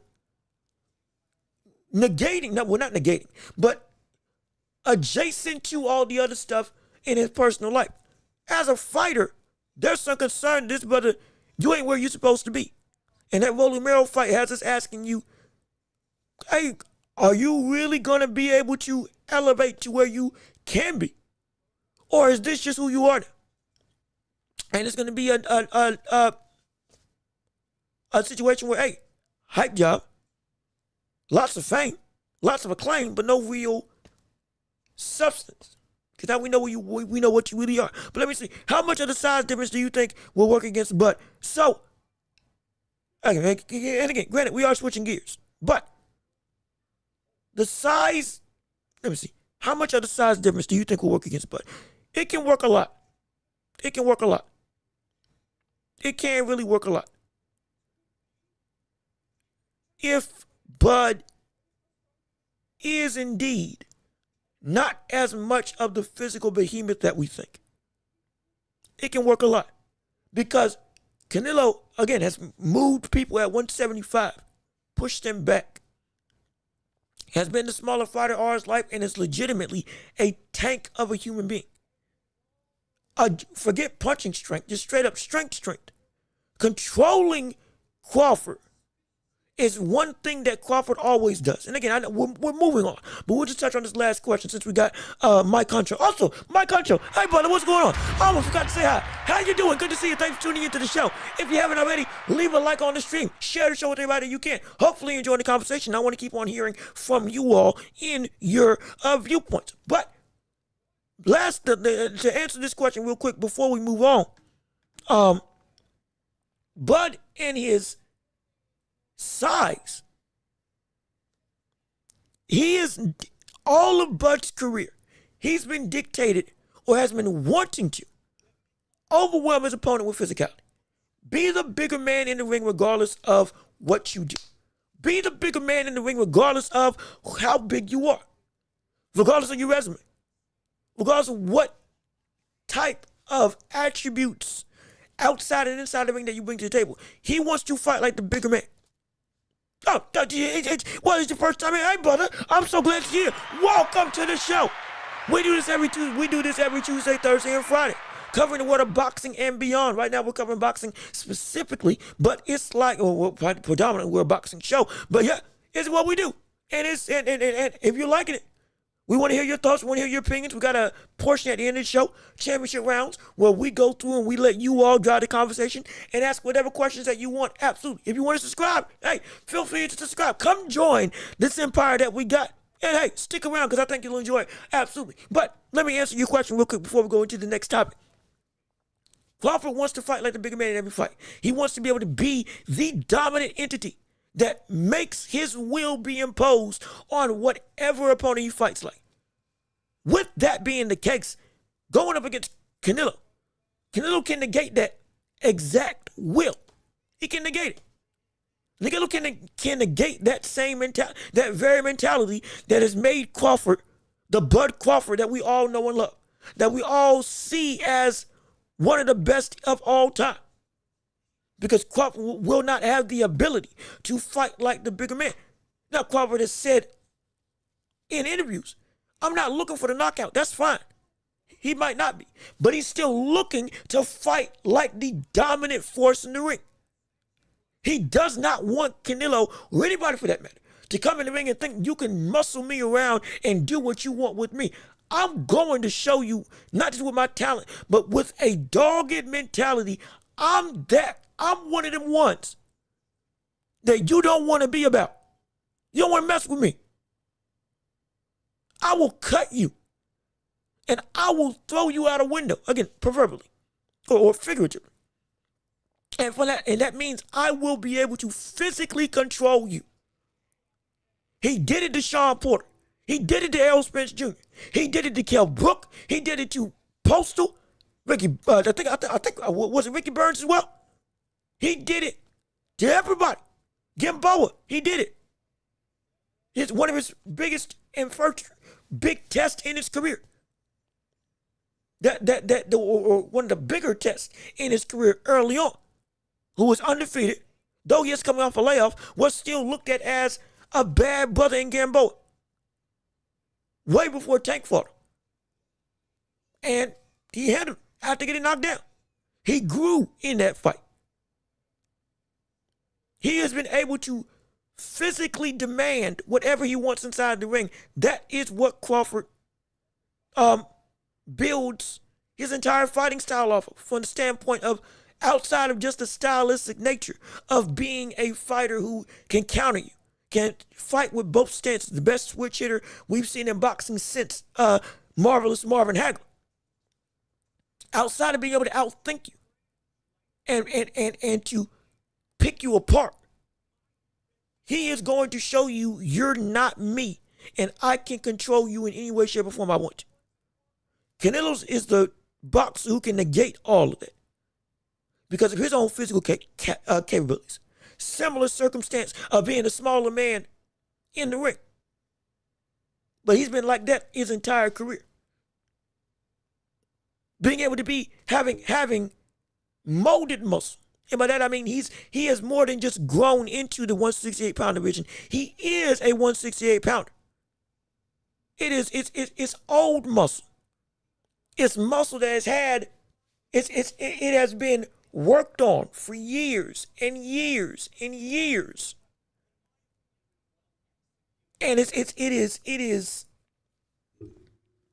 like a rock. And he's been able to muscle people bigger than anybody that Crawford has been able to face, like Sergey Kovalev. Canelo also wants to impose his will and do what he wants to do. Canelo also embodies being able to fight like the bigger man, though he's not the bigger man. Muscling you around, scaring you with his power, dominating you to the body, and going through and catching and shooting with shots off of his block. That's impenetrable for a lot of people. And having the luxury of being able to not just physically manhandle whoever he wants to fight, but having the ability to negate their power by making it null and void because he's got one of the best chins in boxing history. It's just the truth. He's got one of the best chins in boxing history. All of that makes the point of the difference in size for this specific fight. Maybe not the others, but for this one, it's more substantial than we've seen for any fight. It's more substantial than we've seen for any fight in Crawford's career. For Canelo, we saw it more substantial when he went up against Bivol, when he lost. Because size-wise, the physical things that helped him to dominate the likes of a Kovalev, though it was again at light heavyweight, though again Kovalev was old, doesn't take away from the win. But the bigger things that made that possible, made that legitimate, made that, oh my gosh, Bivol was able to negate that because he was also bigger, strong enough to take it, and had the physical ability to impose his will on Canelo. So we've seen it done before. We've seen it done before. We've seen somebody impose their will on Canelo before. We have. You can argue multiple times. Gennady Golovkin, we've seen it. Floyd Mayweather, though not physically, but we've seen it. Arguably, some people argue Canelo won. Canelo lost both fights with Gennady Golovkin in the first two affairs outside the third one. So some people say that Gennady Golovkin did it twice, Bivol did it once, and Floyd did it. If we're gonna go off of record, Canelo, Floyd, Bivol, they were able to either physically stifle or physically stalemate, or even if not physically, mentally, hold Canelo against his will in some way, shape, or form. Canelo has been outthought, outmuscled, or at least held to a stalemate, like with Gennady Golovkin, like with Dimitri Bivol, and like with Floyd. Now, he's a better fighter now than he was against Floyd Mayweather, absolutely. Again, I think the best version was 168 against Gennady Golovkin. But I digress. This could be a situation where he can be both outthought and potentially, if Crawford is like we think Crawford is as a physical specimen, with this added muscle, potentially held to a standstill. Potentially held to you are now in a fight where you aren't able to be the bigger man. And now it comes down to the mind. And that's where Crawford might have an edge. And so, yeah, it can work against him. It can absolutely work against Bud. But, brother, it can also work for Bud. Because the biggest thing for Bud, he just needs to get it so that he just needs to make it so the physical gap is close. That's the biggest concern for a lot of people. If the physical gap is just close, it ain't even got to be on par, just close. The physical gap is just close. And you show you can take a punch from Canelo and keep trucking. But that's all we need. All of a sudden, this whole fight's flipping on its head. Because now, if it's manageable for Crawford to withstand, then that means that it is beatable. Because now he can use everything else to make up for a difference in size that, again, now is shown to be not nearly as insurmountable. And all he needs is a little bit. He just needs to show that he can be in there and can take what Canelo gives out. Everything else becomes manageable. Outthinking Canelo, that's manageable. Outboxing Canelo, that's manageable. Trapping Canelo, that's manageable. Once the physical thing becomes, okay, I can deal with this, yeah, everything else becomes manageable. And that's the biggest thing. Let me see, Christian Gomez, what's good with you? How you doing? Thanks for getting into the show. So glad that you're here. This might be the first fight that Canelo is the bigger man. Yeah, well, it's the second. The other one was against Charlo, when he was the bigger man as a natural 168 pounder. And also Floyd Mayweather. Because he was bigger than Floyd, but he wasn't nowhere close to as talented as Floyd. But outside of that, yeah, this would be the third time that he would be bigger than his opponent. Objectively bigger than his guy. And being able to really go through and work. I mean, work. Hypothetically. But again, that can all be negated up here in the mind. It can definitely all be negated, no question about it. But again, we got to, real quick, because my gosh, we want to get into championship rounds. Ryan Garcia and Rolly. We said we were going to touch on it. We need to touch on it. Garcia and Rolly, they go through, and this is a fight that I'm concerned with Ryan Garcia. I'm scared for Ryan Garcia. I'm horrified. Because every time I see this brother come out, it's either, again, PEDs happened, and now the last clean win that we saw from Ryan Garcia was Oscar Duarte. And we were concerned about that Philly show that he had. We were. And it was like, that's not really what we want to see defensively. But offensively, okay, it looks like what we normally see.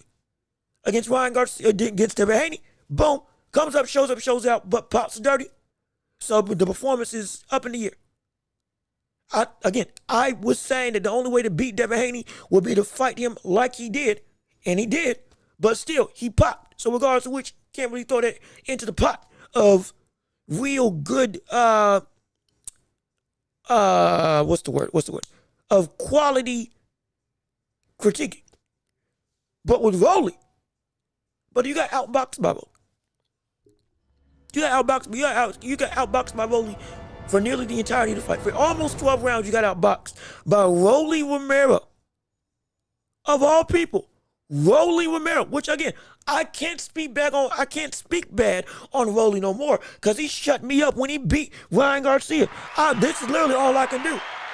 Because I've been saying that brother was not worth the time consistently getting these big time fights, but brother, he done shown he's gotten smarter. He's gotten more dependent on being a little bit more methodical. He's actually using his jab effectively. Going through and is still using his explosiveness, but not being reckless with it. I was like, I can't say nothing bad. Because you beat who I thought was supposed to be easy pickings.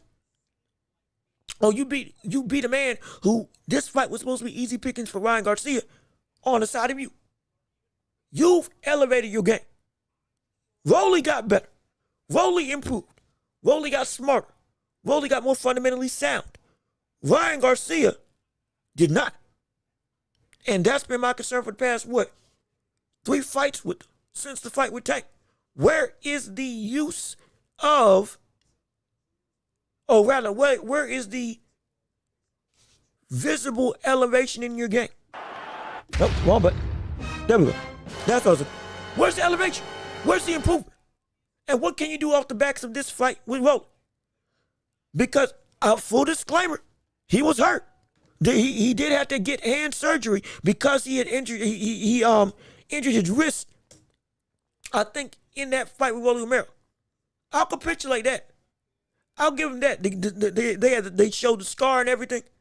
Now he's. I think they got a most recent video of him back on the pads, actively showing his stuff with the. Is it the maze bag? I think it's the maze bag. I believe it's the maze bag. Okay, I thought I saw something going on with Benavidez, but not. And if I can pull it up in time, I'll pull it up. But regardless of which, the issue with Ryan Garcia, there's no improvement to his game to make himself better. Nothing. It's been a degrading sentiment. Even that fight with Devin Haney, it was an impressive display. Though again he popped dirty, but it was an impressive display for when it did happen. But was it any growth in that fight, or was it just, hey, he physically dog walked Devin Haney? He physically was just able to do what he's been able to do against other opponents. Use his hand speed, use his size, and use his power to reach, catch, and hurt his opponents. But in terms of being, and then utilizing that Philly shell against Devin Haney, who again had no answer because he isn't a great puncher. But outside of that, was there any technical growth to him? Any newfound mentality? Because he wasn't even fighting like that, leaning into his physical capabilities in the fight with Romero. Especially after he got knocked down. And he had done it before against Smith. I think it was Callum Smith. Years ago. When he was coming up in weight. When he got cracked, went down, and then got back up and knocked him out to the body. He was looking potentially like he was doing, at least somewhat trying to grow in the fight with Gervonta Davis. Though Tank was leagues better than Ryan Garcia and still is. Luke Campbell, that's right. I'm sorry. Thank you, Christian Gomez. Not Callum Smith, Luke Campbell. I appreciate it. I'm so sorry. I'm trying to. It was a minute ago. But yeah, it was Luke Campbell that he knocked down, not Callum Smith. My apologies. I do apologize for that. Thank you for the correction. But with all of this, back to the Tank fight, even in that fight, he showed, okay, he was trying to really make himself better going up against an elite type of opponent. Though, again, it was to no avail. Because Tank is a great fighter. And is a better fighter than Ryan Garcia. Yes, he just objectively is. But he now is at a position where, hey, brother, you should be well and away further along than this. And you ain't. And I'm scared that at this division, brother, it may not be that you can't get any better. I don't know if Ryan Garcia can get better. I don't know if he can improve. I don't know if there's anything that he can actually build off of. Because he might not have nothing else in the gas tank. Outside of the left hook, outside of the straight right hand, maybe the jab when he utilizes it more, and even then he tried to use it against Rolly and to a very bad degree. Because yes, he was throwing it out there, trying to keep his reach and trying to keep his distance, but it wasn't anything substantive. And he wasn't using the jab to build off of anything. Nor was he even trying to use the jab to intercept Rolly when he would come in on the inside. It was just there just to be there. It was being thrown out just to have something of a fixture for Rolly to have to deal with. But it wasn't anything that had any substance behind it. On top of the defense is still a problematic issue. On top of when his offense is not able to be conducive with that left hook, everything else seems to fall out of whack, out of place. That's a problem. That's a problem that he ain't grown in since. When we saw it as a problem, going up against Tank.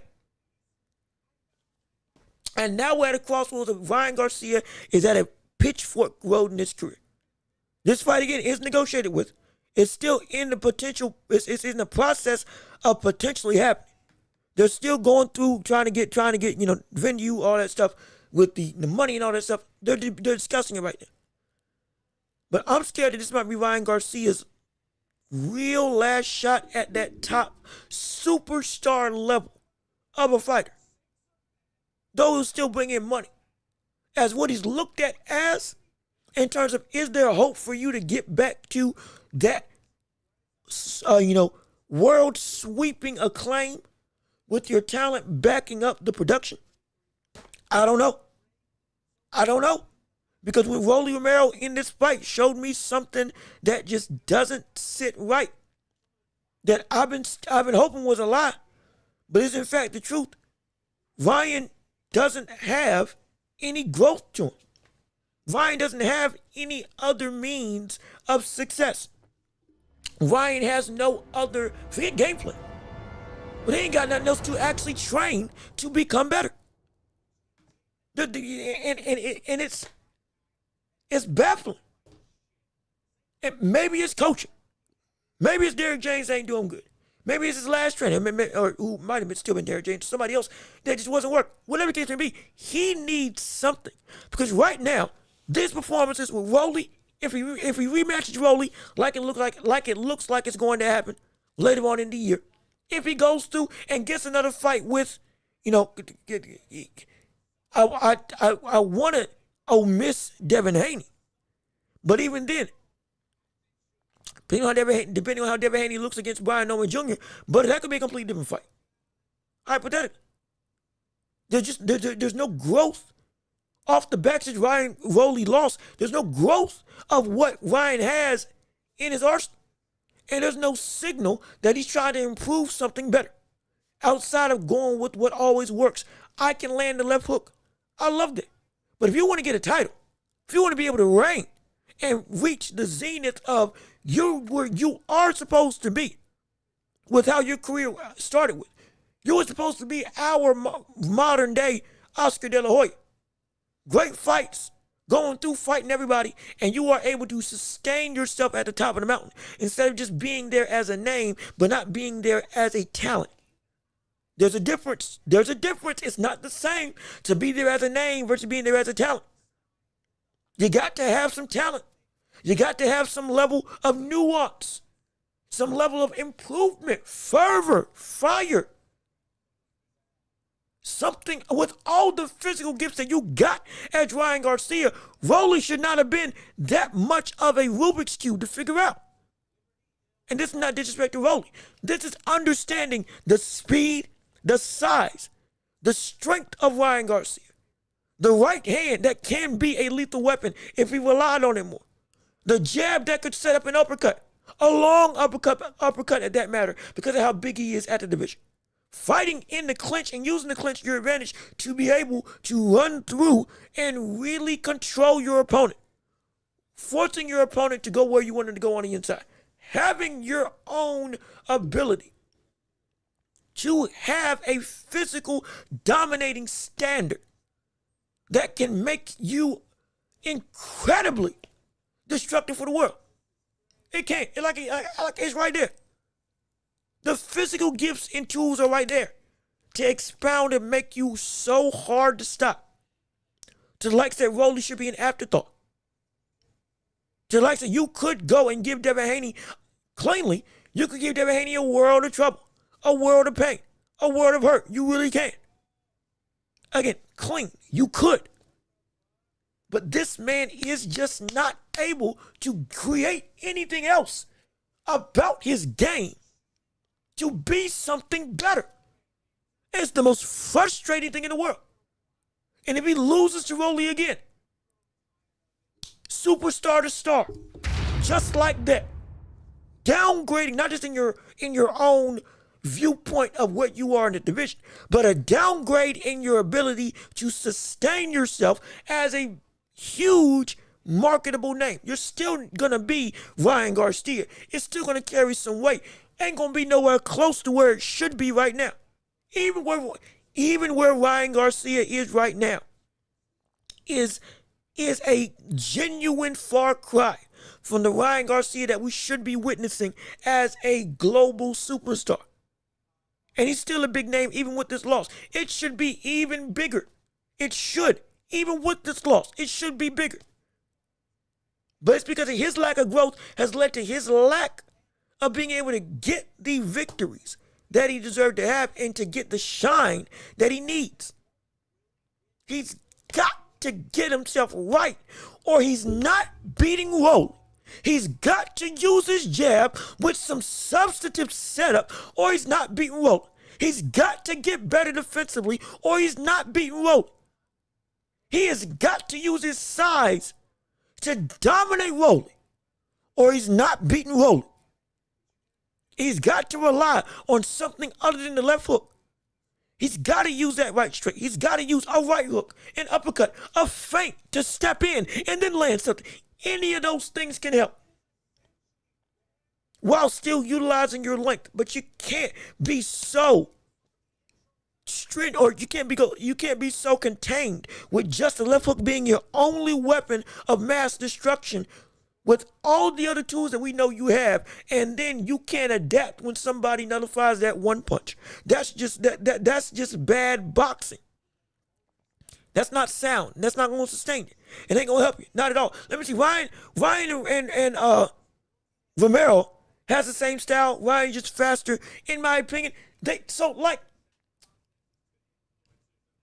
have similar properties, but they do have different styles.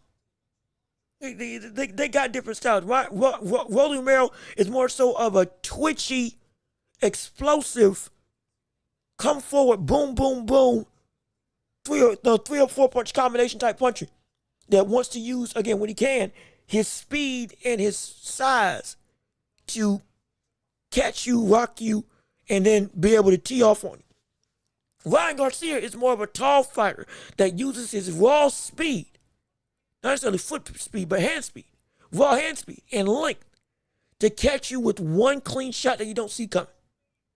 Jab, jab, jab, jab, boom, boom, left hook. No jab, straight right hand, posture, wait. He'll go through center of the ring, be an imposing tree, slowly walking you down, and then boom, jab, left hook, like that, boom, boom. That's how it goes. Rolly's more like boom, boom, Rolly's more like boom, boom, jab right hand. See what you're gonna do, and then hook to the body, and then straight right. And if you really could give him an opening, okay, boom, now uppercut, hook, open up on the inside, and now start walking you down. But Ryan is more so always trying to walk you down. And then, but he's not as explosive as Rolly. So he's more so like a moving tree in this division. And he'll use his jab to really pop it out, catch some stuff, pop it out, and then boom, boom, like that. That's what he wants. But the jab hook, that's the main thing that he wants. This, that's what he wants. That's his main and only means of real production. He don't use the right hand, though that right hand would be so good coming over the top, like it was against Gervonta Davis. He don't use that. He don't use the uppercut when he gets on the inside as nearly as much as he should, because he got some leverage. He could do some similar things to what we see with Rafael Espinosa. He could do that. Sebastian Fundora in that division. In this division, he could do that. He could, but he doesn't on a consistent basis. And those means, on top of defensively stopping, or on top of defensively stop keeping your chin in the air when you're trying to fight tall. Stop fighting like this with your neck up in the air. Just stop that. Put it down. Good gosh. It's ridiculous. But those things are better for Ryan if he actually took time to learn them, or got a coach that taught them. Because they ain't working with Derrick James. And they ain't working with whoever else the world he's with right now. He needs somebody real to be real with him and say, this is your last chance. Because if not, you're going down. Way down on the ladder. And it might be years before you get back up. And I don't want that for Ryan. Regardless of outside issues, I just want to see the best fight the best. And he is still one of the best talents from a physical standpoint. And he can bring some real shine to the division. But the brother's got to be consistent. Because if he ain't, brother, he's going to be these types of performances against more and more people. Let me see. I feel like Ryan should be able to beat Rolly. He should. Do I think he's going to beat him? I don't think so. And it's a shame. I really don't think so, though. If he loses this real bad, you have something like he needs this win. Deborah, you ain't said no lie at all. This is Ryan Garcia. This is one. I won't say this is the last shot, but this is one of Ryan Garcia's last chances. This is one of them. We've seen flaws from greats happen quicker than this, like with Adrian Broner. This is one of his last shots. He's got 2 strikes, not 3. He's got 2. Tank. Okay, you lost the Tank. Okay, fine. We can accept that. Now you pop dirty. We give you a pass for the Tank fight, because, again, it's Tank. You pop dirty against Ryan Garcia. That was against Devin Haney. That was strike 1. You lost to Romero. That's strike 2. You got one more. You got one more. And maybe 2. Maybe 2. If the boxing world is gracious enough to give you one more shot. But we've seen Adrian Broner have a fall from grace quicker than this. Because it was Maidana Pacquiao. Gone. That was the timeline. Maidana Pacquiao, gone. Just like that. Puff of smoke. 2 losses, gone. Done away with. Nail in the coffin with Blair Cobb. Even when he tried to make a comeback, nobody cared. The boxing is unforgiving, brother. The boxing world's unforgiving. If you are not substantive, it will not let you rest. If you ain't on it, you'll be forgotten. And if you got it, if you on it and you fail, okay, you got some wiggle room, but it ain't much. Not like with the UFC. It's getting better now in the boxing world, but even still, Ryan Garcia right now is on completely thin ice because of both in and outside of ring issues. This PED thing didn't help. But you maybe have 2 chances, 1 or 2 chances to have another failure. And it's going to be bad. It's going to be so bad. Let's not forget Rolly still needs to give that old man a rematch. Look, let me tell you something right now. Rolly Romero's never giving Barrosos a rematch. As much as I hate it, Rolly Romero would never give Barrosos a rematch. He would never give Barrosos a rematch. I can't stand it. I wish it was happening, but doggone it, it ain't happening. And it's terrible. You almost knocked out that microphone. Yeah, I almost did. I thought I moved it out the way. I didn't. I ain't got a whole bunch of space to move with the setup. So I got to be careful. I do got to be careful. And so, but let me see. Ryan. Yeah. He's. Wait. What? He was a what? He was a what on his arsenal? Oh Lord. I don't know. I'm a little bit confused. He needs an arsenal, definitely. But now I will say, if you want to talk about it again, with explicitives aside, I will say Ryan Garcia did not make himself a fan for a lot of people because of the action on Twitter and beyond. My gosh, even still now, people may say he's right. People still don't believe it. Disingenuous and all that stuff. We get it. I completely agree. There's a lot of people that want Ryan to lose. There's a lot of people that want Ryan to get knocked out. There's a lot of people that want Ryan to get beat up by Rolly and then put to sleep. There's people that, hey, look, before any of this, there were people that were saying that they wanted Ryan to face off against Jerron Boots Ennis. I told y'all he didn't want that smoke. Lo and behold, you just see why. People still want him to be put in their boots just so he can get knocked out. Because they just don't like the brother outright. But again, that hate and love train, it can still be used for fuel. But regardless of which, it's gonna run out soon. Because now people are getting sick of him having these types of performances. They really are. Who do you think should coach Ryan Garcia? I mean, I almost want to say Eddie Reynoso, though I don't know if that's who he worked with the last time. But even still, it's like, shoot. I don't know. Maybe Eddie Reynoso should train him. Though I know he has some problem with him in the camp. I think they work together, but I don't know if he's his coach. And I can't remember if he was the one that coached him for the last fight. I don't know. I'm going to be real. I don't know. Because he's had 2 or 3 of some of the best in the business, and he's still looking like this. I don't know what's going to work. That's why I said he might not be able to improve, which is frustrating. Crawford has no star power. He's a nobody. Well, again, Jose Chavez, I love you. So glad that you're here. Appreciate you coming on the show. But my gosh, that's a bold-faced lie. Tank is the only black superstar in boxing. No, he ain't. No, he ain't. Wait a minute now. Hold on now. He's one of them. But there's definitely still a plethora of them. Again, you still got Anthony Joshua. You still got Daniel Dubois. You still got Terrence Crawford. Whenever Errol Spence does come back, you still got him.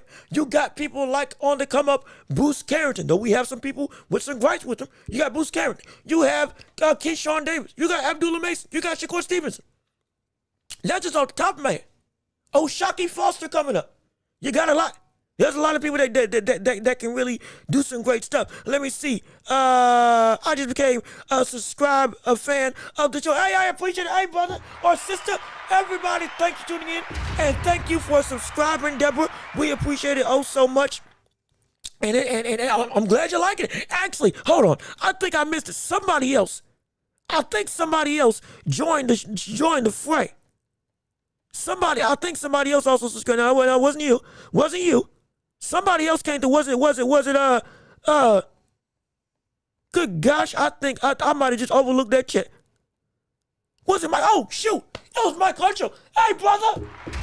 Thanks for tuning in. Thanks for subscribing. We appreciate it oh so much. So glad you came through.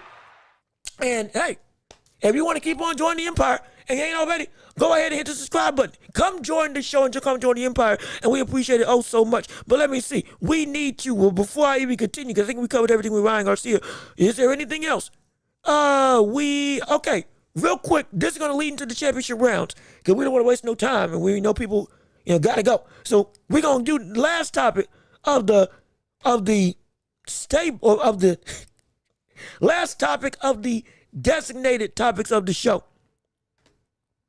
Canelo after Crawford. Real quick, I want to hear from you all. What's next for Canelo after Crawford? What the world is next? And it's got to be something different. And I was asked that because also, real quick, Damani, what's good with you, buddy? Hey, how you doing? Good to see you. Thanks for tuning into the show. So glad that you're here. Now, hey, I am going to say, I'm so glad you tuned in. Appreciate you joining in on the show. I am going to say, when you came on the show, all of a sudden, we went from 10 viewers to doggone 4. So, hey, brother, I don't know what you're doing. You might need to get your butt out of here. No, I'm kidding. I'm messing. I'm kidding. I'm kidding. All jokes. Just a funny coincidence. I'll say that. But we here. And we're happy that you're here. If you ain't already, please subscribe. And we appreciate all love, brother. All love to you, man. Appreciate you coming through on the show. Glad, hey, look. I know you personally. Glad you finally got in here. Can't wait to see what we got going on. I told you, brother, we rocking and rolling on this show. And you here for 17. Hey, get your butt out. Move. Leave. Gotta get your butt out. We've already had bad decisions for the past 4 weeks in this boxing game. But we ain't having nobody else sabotage this fight that we got going on this show. Get your butt out of here. Doggone it. But it's all love. But real quick, Canelo after Crawford. What do you all think is going to happen with Canelo after Terrence Crawford? We keep talking about this fight, but we got to look at, for both fighters, Canelo and Crawford, what is going to happen afterwards. We know the plan with Crawford is going to be coming back down to 154. It's going to be coming down to 154. And why do I say that? Because of the fact that right here, well, no, not right here. Hold on. Wait a minute. Hold on. Let me see. It should be pulling up. Is this the clip? No, this ain't the clip. Dang it. Come on. They put out a training video. Yeah, here it is. Right here. We know where Crawford's going, because Crawford's going to 154. And the reason why I know this, because of this clip right here in his training, that he put out with him and Bomac in the ring with each other. Let me get the volume up real quick, just subtly get the volume up and play the clip in full for you all to be able to see.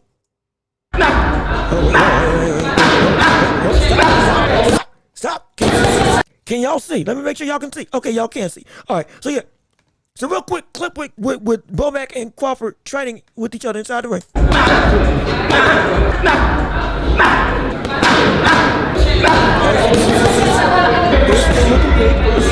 It's still looking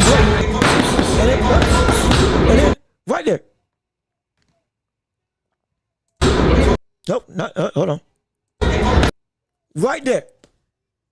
This right here is the clearest indication. Crawford's going back down to 154 after 168. Remember, this brother said he might do it again after beating Canelo in terms of becoming undisputed. This cat's gonna try to become the first ever 4-division undisputed champion. Brother, if he does this, he's gonna have to go and clean house at 154 with Barrios, with who is it? Barrios, Bakram, hypothetically Virgil Ortiz if he gets a title. Boots Ennis if he gets a title before he moves back down to 154. But he's trying to get undisputed 4 times. Right now he is up here. Undisputed. He's got 2. This will be his 3rd. This one, he's coming back down. It's happening. And if it does happen, brother, that'll be insane. But that's how we know he's going to fight at 154 after this fight with Canelo. But for the rest of the world, when it comes to when it comes to Crawford, we know what he's doing. When it comes to Canelo, what do you think he's going to do? Because this has been a fight in lieu of the Benavidez fight that we never got. But once this is done, the real question is what's next? Let's see, Shiraz or Benavidez.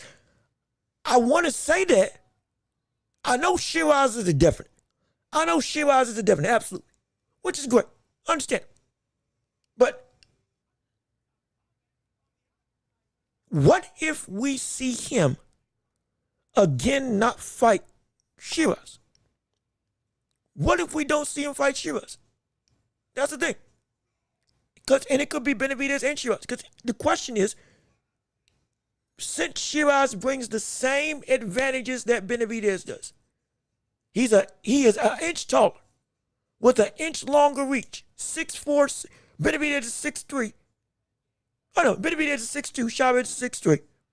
Benavidez 74-inch reach, Chavez 75-inch reach. Chavez just knocked out Berlanga. Not just knocked him twice and knocked him out. Brother, something that Canelo couldn't do. And all the biggest things that Canelo said were reasons as to why he would never fight the likes of Benavidez. He's too big. He should be a light heavyweight or a cruiserweight. He doesn't bring anything to the table. All those same excuses all apply to Shiraz. He's too big for the division. He doesn't bring anything to the table because let's be honest, brother, if Benavidez wasn't worth a hill of beans compared to what Canelo wanted as an opponent, Shiraz, with all due respect, is the lowest of worms when looking at their respective resumes. It's not close. And Benavidez ain't worth the time getting in the ring, but Shiraz is, and he's done less, and he's not even as great of a fighter. This is just with all due respect. I'm really concerned that we might not even see Canelo fight Shiraz because of the very things that he held against the likes of Benavidez, even with Shiraz being the designated mentor. It's too eerie of a situation. I'm not saying he couldn't beat him. I think Canelo would beat Shiraz, but still, it is those slicing hooks of Shiraz, brother, that would be something serious to go against. That would be something really fun to see. Canelo had to deal with that level of hand speed at that height with that type of power. That'd be interesting. But I'm concerned. Crawford retires after Canelo fight. Are you sure? Are you sure? Now, what makes you say that? I wouldn't know. I don't think this is going to happen. Because I think he is going back down to 154 because he said it multiple times. We played the clip on this show of what he was going to do. I might go down and do it again. I remember that. But are you sure he's going to retire? Because, it would be a great fight to retire off of. You did everything. You conquered 3 divisions. You went and tried to challenge Canelo. You lost. It's still one of the greatest of all time. You are still one of the greatest of all time. You would belong with the 4 kings of boxing. You would be that fifth king in my estimation. Legacy set in stone. Everything's all good. I get it. But like, he's still got more in the tank. I think he's still got more in the tank.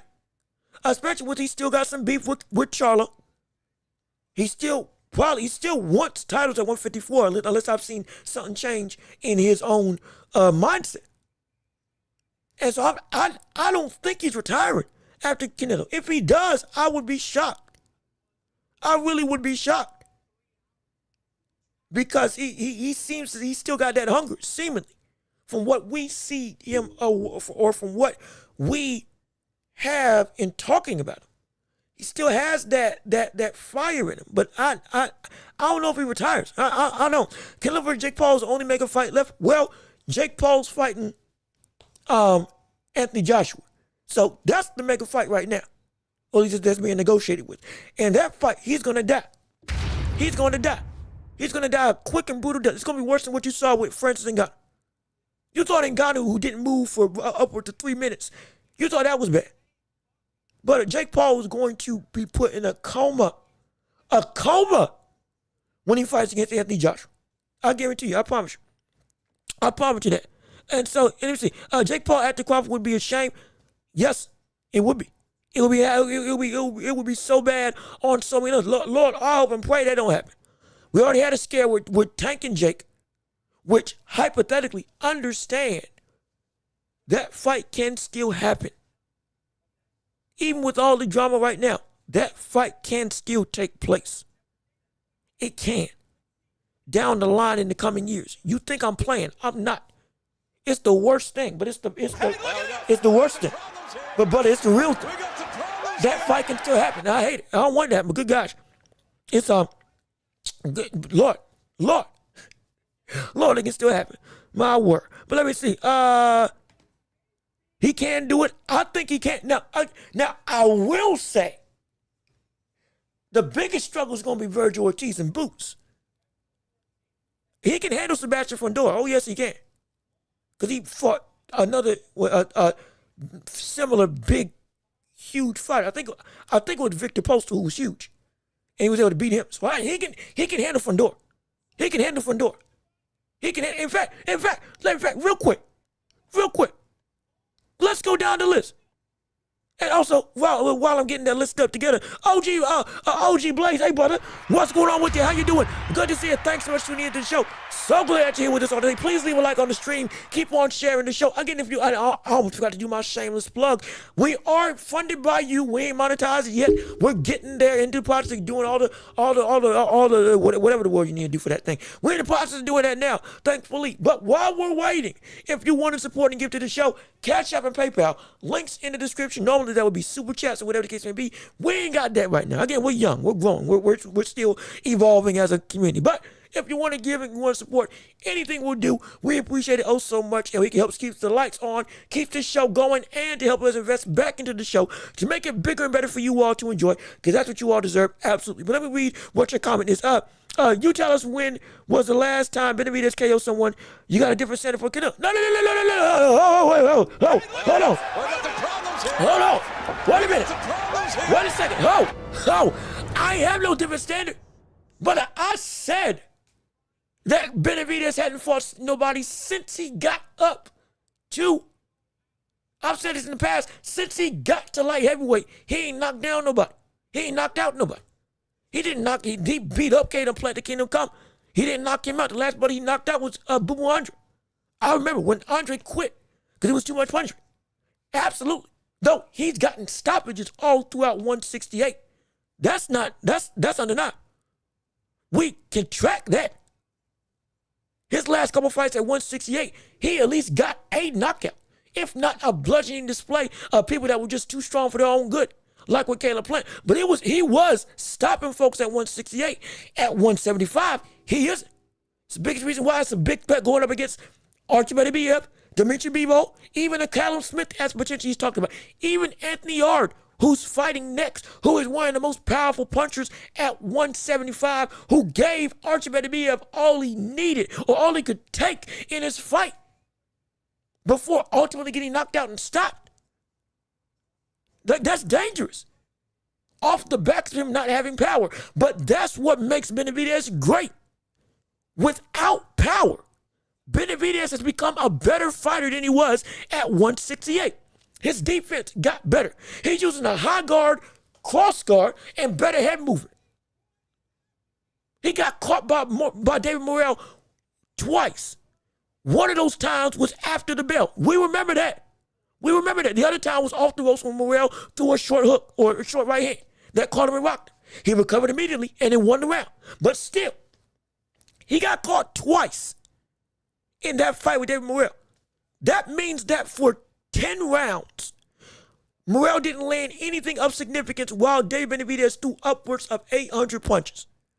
Coming forward, putting Morrell on the back foot, fighting Morrell on the inside, and throwing combination punches of minimum 3 and or more in every single flurry. Keeping the same output that he had at at super middleweight to light heavyweight. Not a thing changed in regression for David Benavidez.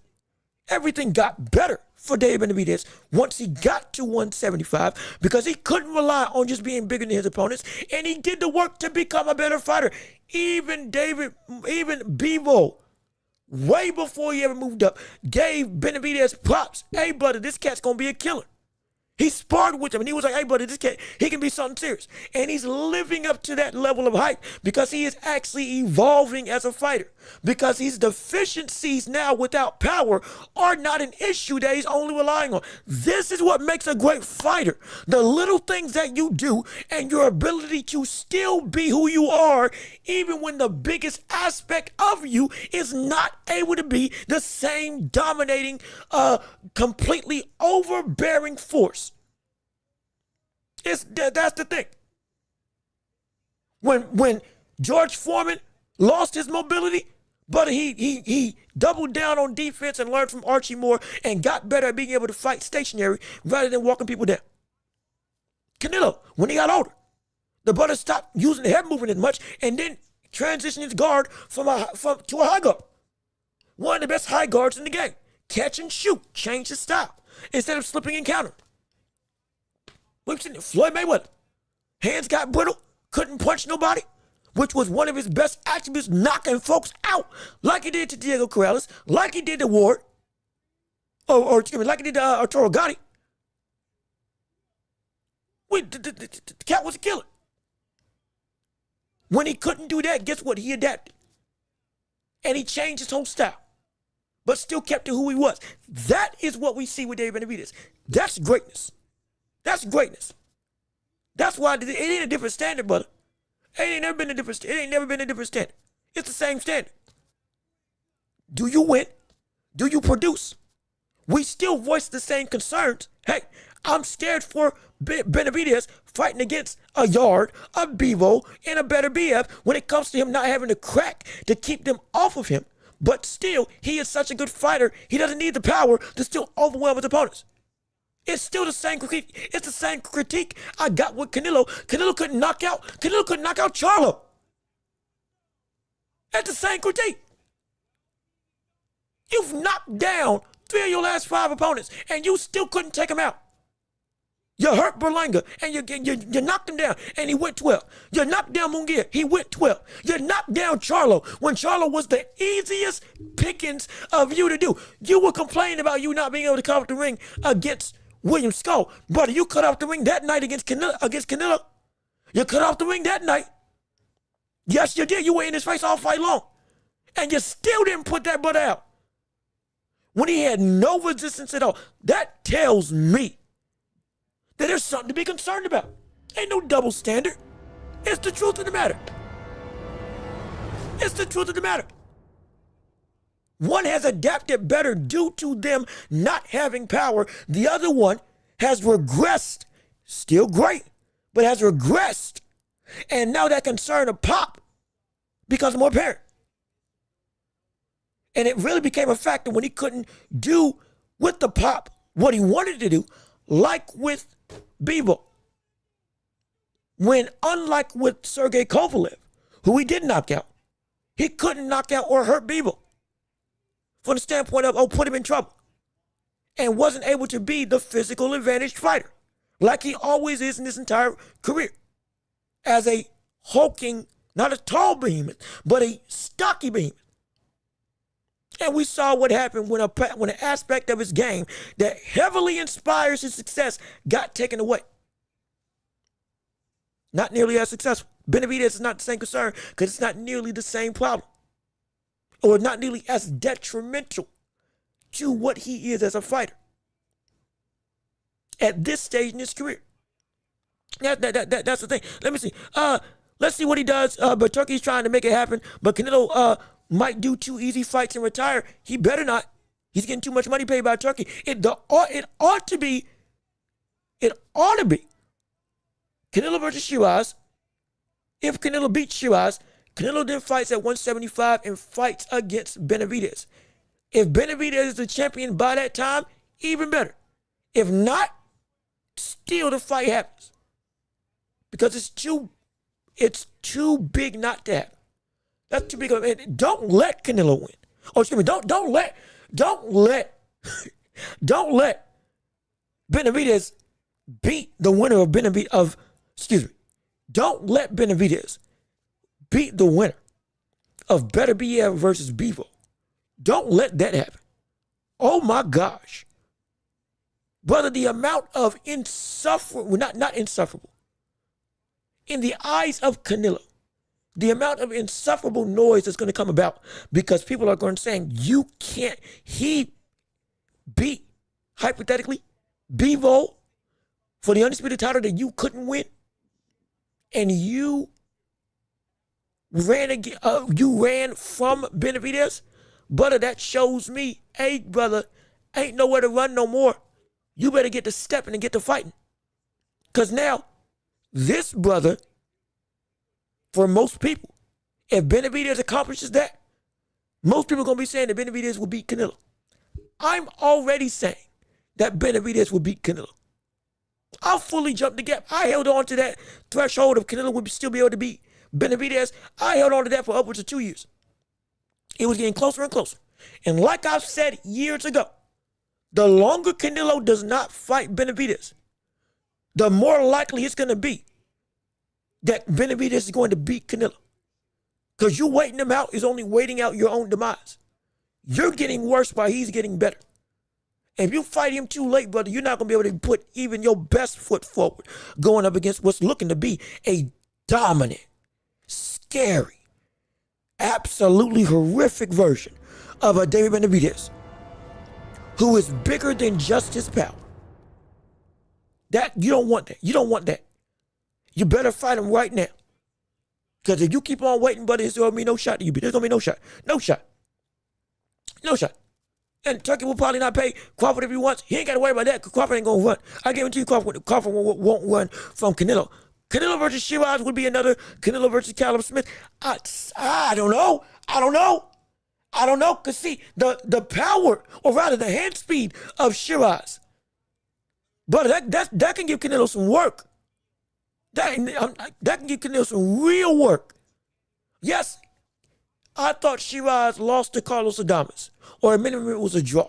But even still, brother, I can't deny, man, the way that he was able to get and win on the inside against Berlanga. And more specifically, the speed of his shots coming across that mid-range area. At that height, though that defense needs a lot of work, that is going to be something serious that Canelo's going to have to figure out. It could very well be the same thing, but I still want to see it. I still want to see it. I still want to see that fight. Keep growing. Hey, we're going to keep on trying. Absolutely. Let me see. Floyd went 12 every day. No one said anything about that. That's the problem. Floyd wasn't a power fighter. Floyd was a fighter that used to have power and was ending folks. But when that changed, he changed his style. And even then, when he was knocking everybody out, when he went 12, it was still, hey, if it went 12, you wouldn't be surprised because the way that he fights is so slick and pristine that, yeah, he could just outbox you and not have to worry about it. He could. Now, again, he lost to Castillo. Yes, he did. He lost to Castillo. He arguably lost to Maidana. I think there's a third fight that he might have had lost to or at least drew to. So I get that. But there's not a different standard. Everybody ain't a knockout artist. Deontay Wilder not getting a knockout is terrible. Because without the knockout, he can't win. He can't win. Without that knockout, he cannot win. If that fight with King Kong Luis Ortiz had gone 12 in the second time round, but he would have lost that fight. If that fight had gone the distance in the first fight, he would have lost that fight. He can't win without getting a knockout. His whole thing is predicated on power. Most of Canelo's game is predicated on power. Hence, if you can't knock people down or knock people out when you're supposed to be a power-driven fighter, that spells some level of concern. To compare Canelo to Floyd, buddy, that's ridiculous. That's stupid. And Canelo lost to Floyd going 12.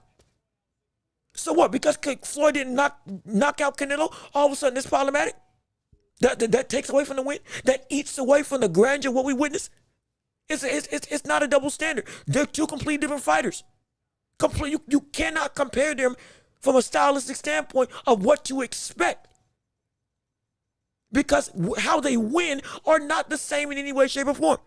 Not the same in any way. Something tells me Benavidez beat Bivol in sparring and in the ring. Look, I'm going to go off of what Bivol said. But that sparring fight with Bivol said himself, yeah, he's something special. He didn't say who won. But the normal trend in sparring, if you say you did some good work, or we had some really good work, brother, that means somebody got beat. That means, yes, it wasn't an official fight, but somebody got beat. Bivol, brother, he was like, brother, Benavidez, this cat, we gave some good work to each other. He learned some things, as did I. I'm not gonna say he got the advantage, but I know that he was right there with him, locked, stepping off. And if they do fight at light heavyweight, and that's who Benavidez got to beat for the title, I would be more inclined to say that he beats Bivol than Benavidez. And I do think that it's gonna be hard. It's gonna be really hard. I do think though that Benavidez beats Bivol inside the ring if they fight right now. Though again, with Bivol, or rather has a very good chance to beat Bivol if they fought against each other. That's a 50-50 fight. Artur Beterbiev, a little bit of a different story if he fought against, because stylistically, Beterbiev clashes with Benavidez perfectly. Artur Beterbiev, but again, going up against the power punching, with that power punching style, going up against Benavidez with a lot of offense, that would be a barn burner of a fight. But that spells some danger for what can happen for Benavidez. Ooh, shoot. That's a concerning thing for me. But I still want to see it, absolutely. But let me see. I think Canelo could be both of them, just my opinion. Hold on, wait. I think Canelo could be. I think Canelo could. You saying beat or be in the ring? I think you're saying beat. I think Canelo could beat both of them, in my opinion. I mean, I respect it. Like, we know what Bivol, I don't think he can beat Bivol. Benavidez, yes, he can beat Benavidez. I just don't think he, at this stage in his career, is nearly as likely. Oh, okay, sorry, you meant beat both. Okay, yeah, so yeah, Canelo at this point, I don't think he can beat Bivol. I do think he can beat Benavidez, but now I'm favoring Benavidez, especially the longer we see Canelo not fight him, and the more I'm seeing of aggression in his physical ability. Beterbiev, Canelo dies to Beterbiev. Canelo gets knocked out to Beterbiev, in my opinion. Oh, Shiraz. Okay, so Shiraz and Benavidez. Okay, better. Okay, now I get it. Now I get where we're coming from. Okay. All right. Thank you for clearing that up. I appreciate it. Yes, he can beat Shiraz, and he can beat Bivol. I'm firm that he can beat Shiraz. I'm not firm that he can beat Bivol. My opinion.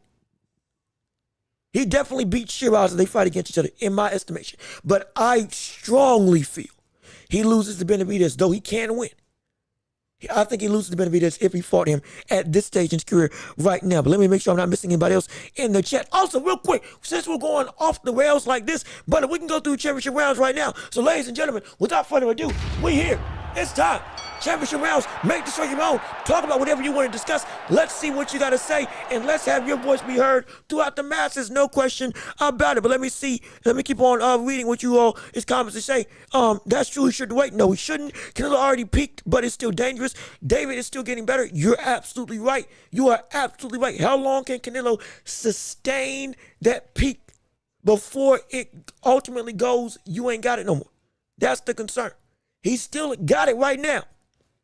But as the years go on, we're seeing more and more that it is still a concerning venture. It's still a concerning thing with Canelo. Let me see. On the inside, Canelo cooks Chavez. Yes, he does. Easy would be smarter to try to fight him on the outside. And we seen he didn't look good at that. And you're right. Now, I will say, on the inside, because of the willingness to throw from Shiraz, that would be very interesting to see how Canelo would face off against somebody who, when he does close the distance, all of a sudden got some actual pop and ability at that height and leverage. Because normally we see people shell up Shiraz if he needs to, but he will, like with Espinoza, but he'll dig with that uppercut. He will dig with it. He will be willing to operate on any side. Mind you, I'm not saying that Canelo is on the same level as Berlanga. He's light years above. But as an example, at 168, he did beat Berlanga on the inside, but was losing the fight on the outside. And he was, with Berlanga throwing hooks downstairs to the body and all that stuff, he was, when the gap got close, and it seemed like Shiraz shouldn't have that level of leverage, all of a sudden, but he is still boom, boom, boom. I mean, he is still working with quick succession. And so, like, it would be interesting. Yes, Canelo would be better, but it would be incredibly interesting for me to see. Let me see. By the way,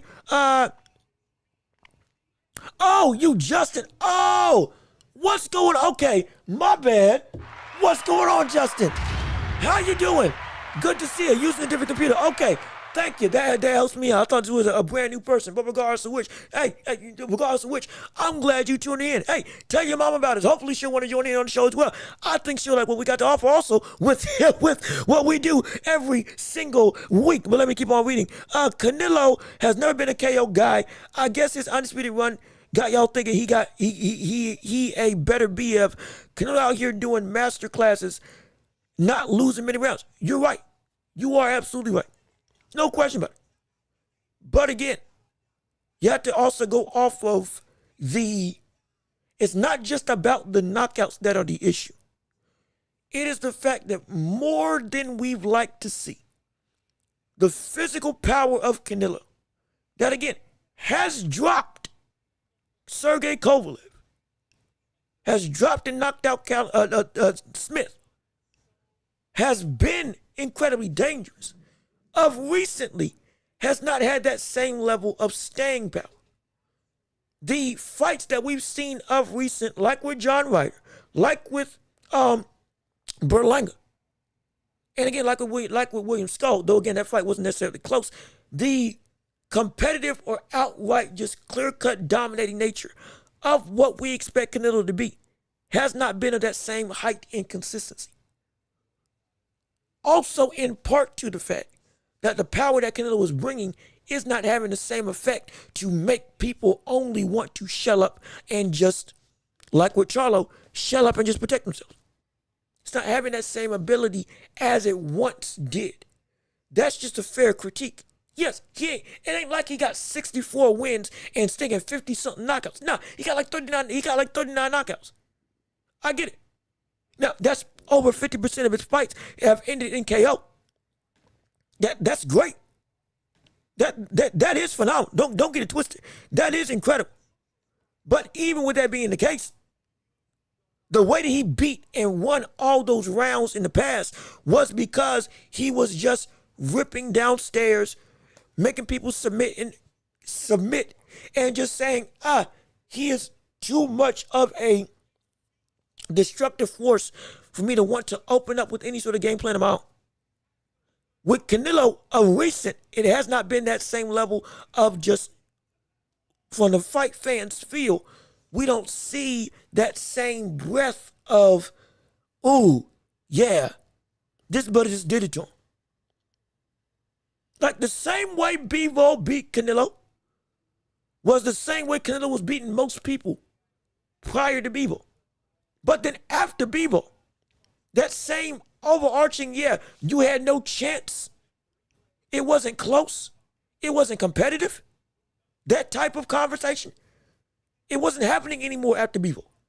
At least not nearly as much as it should have against opponents that, again, should have been knocked out. Because we do know that when Canelo knocks you down, but he puts you out. Like he did against Caleb Plant. Once he gets you hurt, but he should be able to get you out of there.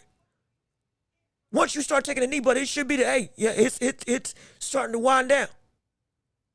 We don't get that nearly as much. And it's against opponents that should not be standing up to what Canelo brings to the table. That's just a bold-faced fact. It just shouldn't. And so because of that, I'm not holding him to a different standard. I'm saying the standard that he had been propagating. All of a sudden, he's not meeting it. The standard he set, he's not meeting it. The dominance that he portrayed against better opponents, he's not doing that same level of dominance against worse opponents. It's not the same. On the same consistent level. And that's where a problem comes into play. That's why this whole fight with Canelo and Crawford is indeed so enticing. Because all of a sudden people are saying, wait a minute, we've seen the last 5 or 6 fights. This cat, he ain't the same brother that he used to be. He ain't in them stuff. He isn't dominating in the same way. It isn't completely just, this is a fight that, it's clear cut. In terms of, yes, it's clear cut that Canelo is a better fighter, but it ain't clear cut in terms of the fight as the fight. It shouldn't be. It shouldn't be a consistent, John Ryder was a better fight than I thought. Berlanga was a better fight than I thought. We shouldn't be having those conversations. Munguia was a better fight than I thought it was going to be. It shouldn't be that for those types of names. But potentially excluding Munguia because Munguia, again, knocked out John Ryder. Earned the right to fight like that. And we had some cachet going into it. Understandable. We shouldn't be saying that potentially 3 of the last 5 fights that Canelo has had, it's been surprisingly competitive. Because that shows you that the opponents that he's facing off against are not seen at that point in time as, hey, they're on his level. But he's still having some level of pushback that is keeping this fight not just entertaining, but like, hey, if it swung a couple rounds another way, we got ourselves a potential upset. We shouldn't be like that. For who Canelo's fighting. That's what my issue is when it comes to him. But let me see. They've made decisions. Have they made decisions for the undercard for Canelo and Crawford? They are choosing those fighters now. They just had a whole doghouse sparring tournament where people would come in and they would go through and newcomers, up-and-comers, unheard ofs would come through the gym with Phil Wade, who now works with The Ring, and all of them at a specific designated full-blown flushed-out warehouse filled with gym equipment, going through and saying, hey, you gonna show your stuff for a shot at fighting on Canelo. I haven't heard exactly who made the cut and who hadn't, but they're going through the process of that right here, right now. It's harder for Canelo to knock people out because he fights weight bullets. Now, that is true. I'm not denying that. I'm not saying I'm not capitulating that he isn't fighting bigger opponents. I'm not denying that. He's fought bigger opponents all of his life. Understandable. Completely feel that. I respect it. Absolutely.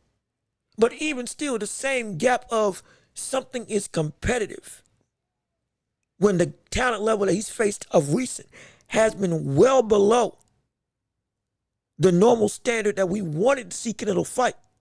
It brings a level of deserved criticism. I'm not going over the rails. I'm not going and just hating on him. I'm not going and trying to hold him to a different standard, nor am I trying to just bash him and say he's a bum. No, none of those things are true. He still is elite. And he beat everybody he was supposed to beat. My only thing is, it is a sign of some things with Canelo aren't what they used to be. That's all. Because like I've said before, he has regressed as a fighter over the years. Just because of the process of time. The fact that he still is at this much at the top of his game is incredible. With the amount of wear and tear, 60 plus fights. Again, the last person had 60-something fights that we see fight actively has just returned from a 6-year layoff in Manny Pacquiao. If we see a fighter get to 60 fights in their career in today's era, brother, I'd be shocked and awe. I would love that because you fighting more, but we don't see that often. That's a lot of tear on the body. Especially with the wars we know Canelo has been in. And so it's like, I'm not trying to diminish what he is, but criticism is warranted for where he's at right now. It at least in my opinion, it just is. But let me see. You might want to ease. You might want to say Charlo was smaller, but he was not naturally bigger, and is a weight bully in his division. That is true. Now again, he came into the fight 163, 163, 164, maybe 165. So he couldn't just get to the limit weight of 168, and he was the taller fighter, but was not a what's the word? He was a taller fighter, but was not the bigger fighter in said fight. But even with all of that being said, there is still truth that he has fought weight bullies for a lot of his career. Naturally has been the smaller man for almost all of his career. I have no issue with saying that. That's the truth. That's what makes his run and his legacy so great, because it has been able to overcome all of those bigger obstacles in their prime who were killers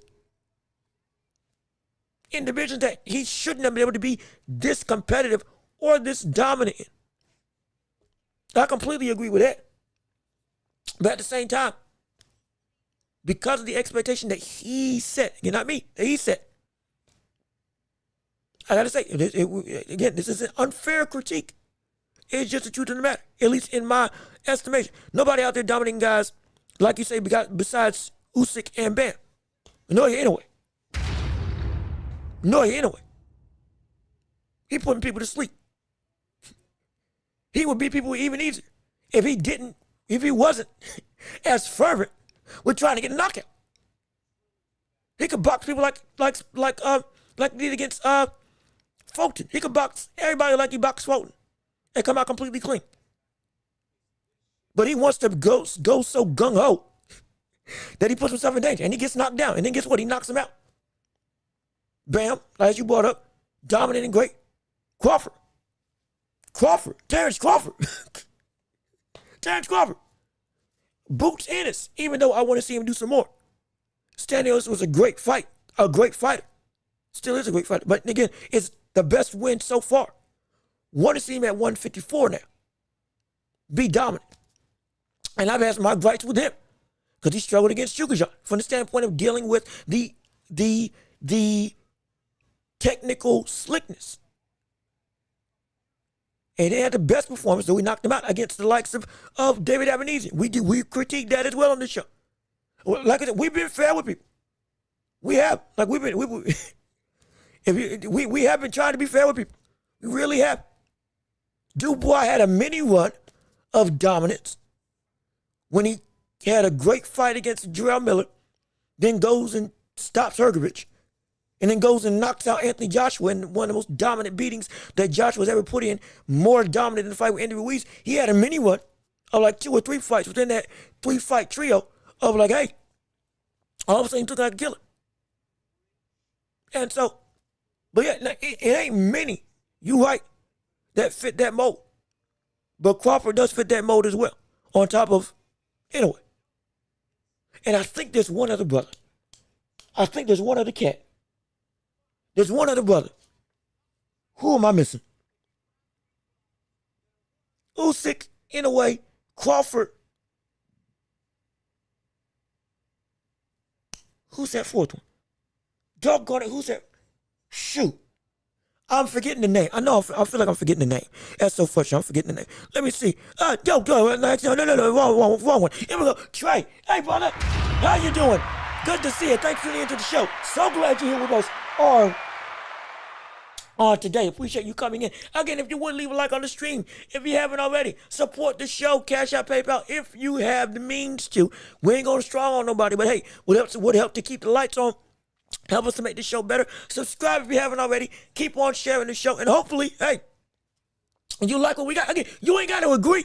You ain't got to agree. You ain't got to agree.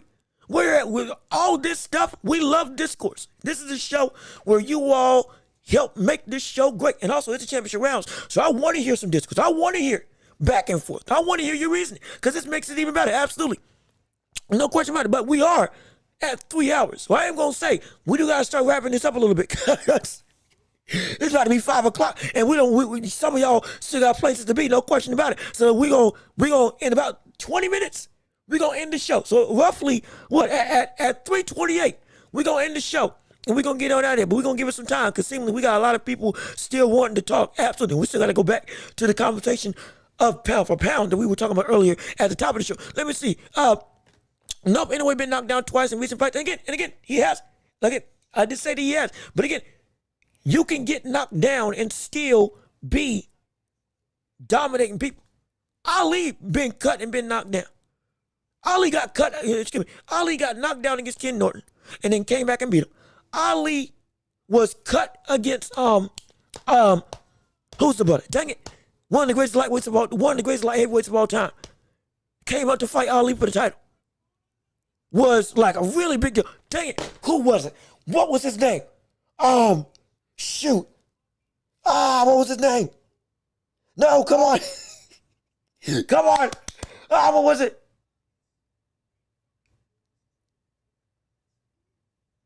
Not Carl West. Why am I thinking of Carl West? No, that's the actor. What was his name? Ali got cut by dang it. Who was it? Shoot. Hold on. Give me 1 second. Hold on. I'm going to find this out. I'm going to find this. This is going to kill me. This is going to kill me. Who the world was that light heavyweight that he fought? Who was it? Bob Foster. That's who it was. Dang it. Good gosh. Yep, we found it. We figured it out. Yep. I had to look it up. I'm so sorry. Ali got cut by Bob Foster. Yeah, he was still able to do what Ali does. And ultimately did end the show. And Ali didn't win every fight by just knocking him out. And he also, even before Joe Frazier, Ali had gotten knocked down before in his career. But he still dominated that fight. So it's like, yeah, it fits the bill that you can get knocked down. We had Calavasquez knocked down Terrence Crawford. But Terrence Crawford still did what Terrence Crawford always does. Benavidez got knocked down early in his career. And he still went and did work. Shoot, Canelo got rocked by Miguel Cotto's brother. Don't forget that. That should have been a knockdown because the ropes held him up. Yet still, he dominated that fight. We've even seen, though it was a missed call, Floyd Mayweather his gloves touched the canvas. I don't think it was called a knockdown. We've seen his gloves touch the canvas once, and still dominated the fight. Like this, we're not.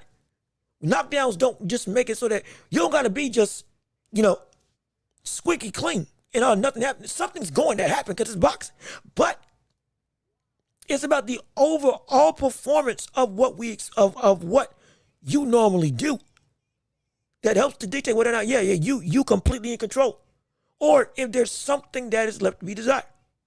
That's the thing. Benavidez got rocked by Romero twice, yet still we say that was a dominating performance because it was. Canelo was still beating all of his opponents. It's just the fact of the gap that was normally shown, and especially with the gap that is done with this level of talent that he's faced up recently. It should be bigger. That's all I'm saying.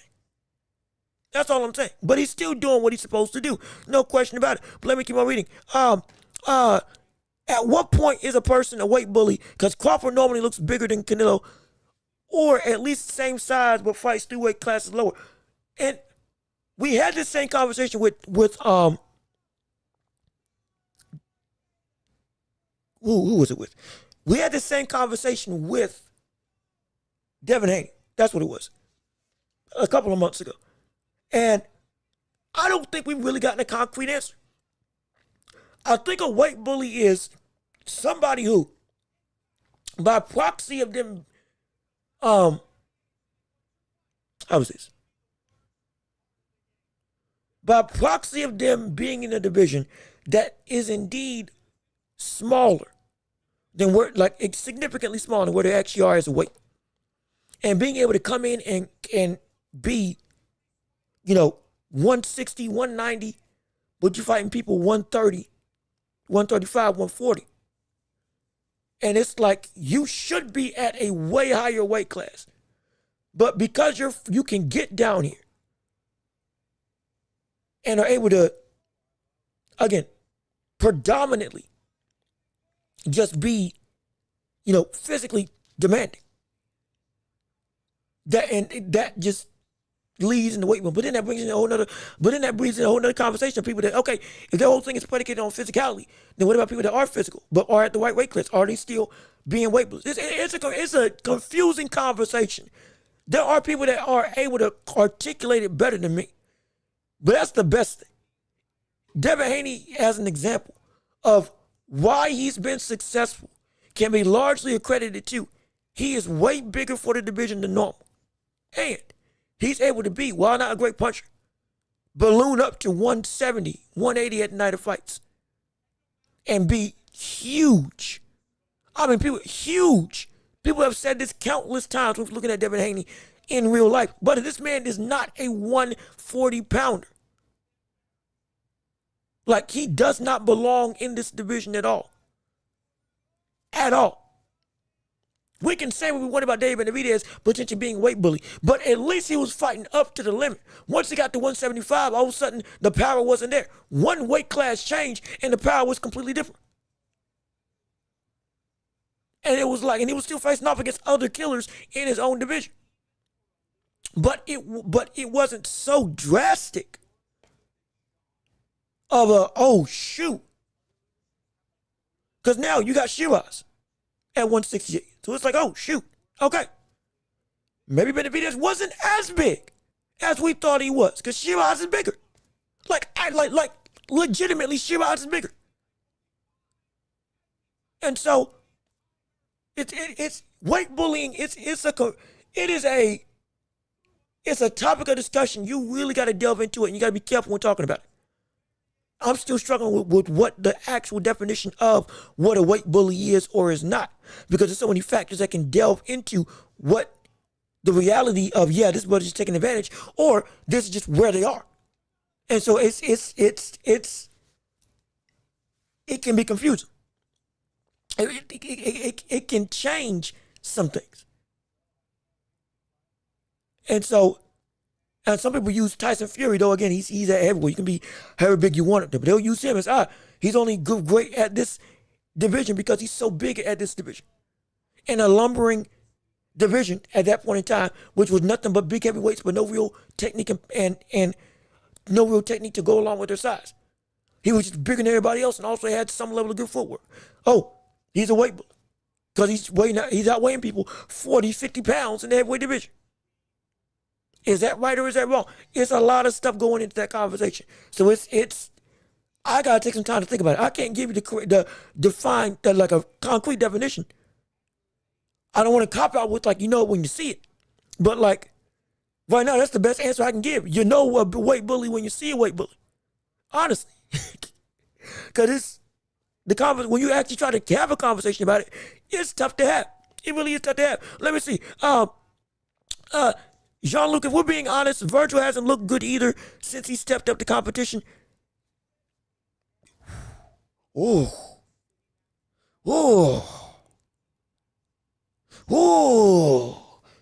We talking about Virgil Ortiz? Oh. Oh! We got some problems. Oh! Ooh! That's some sketchy territory. That's some sketchy territory. Now, again, Magimov he handled better than Crawford handled Magimov at 154. If we talk about Virgil Ortiz, Virgil handled Magimov better than Crawford handled Magimov. Understand. Magimov makes a lot of people look bad. Understandable also because he's so awkward with his style. He did have a fight of the year with Bocha. To be fair. And Bocha, again, is one of them ones. But, you know what? Shoot. That's tough to say. That is hard to,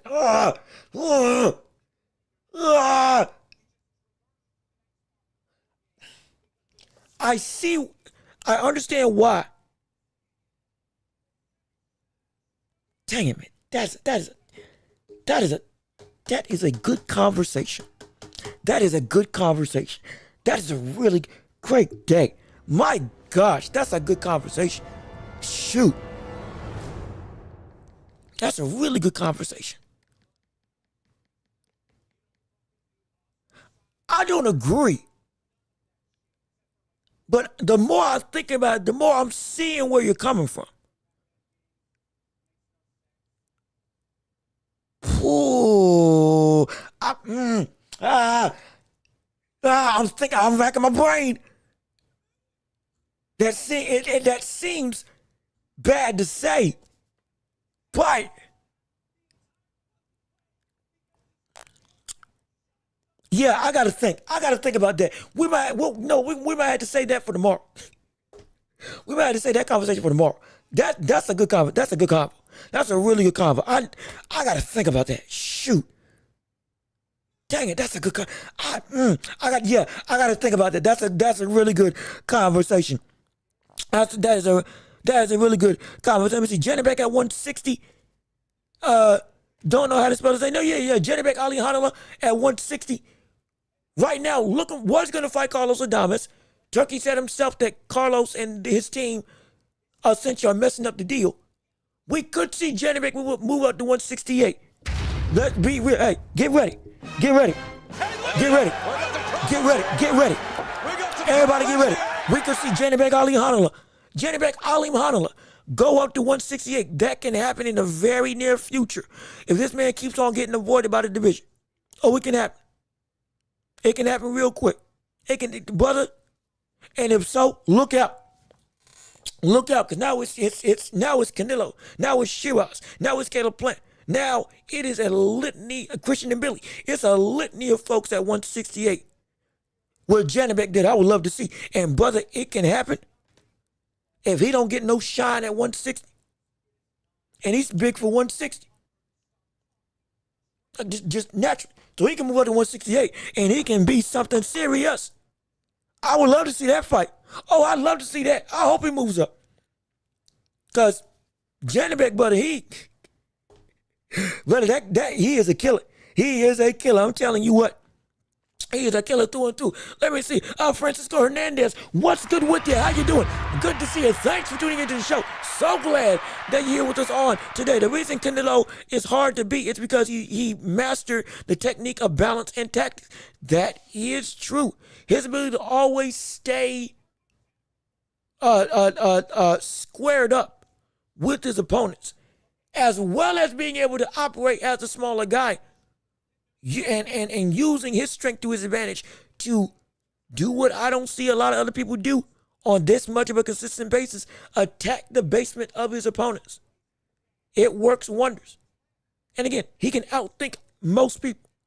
IQ is still some of the best in all of boxing. It is. So no, it's more than just physical gifts that make Canelo so great. It's what's up here in the mind. His mental game is one of his biggest assets as to why he is so great. It's such a great thing. It's such a great thing about it. Let me see. In my opinion, he lost to Bochuk, and the Magimov fight was close, just like Bud. But the difference is Magimov was sick and hasn't trained in months and still had and still made it a close fight. Like, yeah, I get it. I do get it. It just feels sacrilegious to say.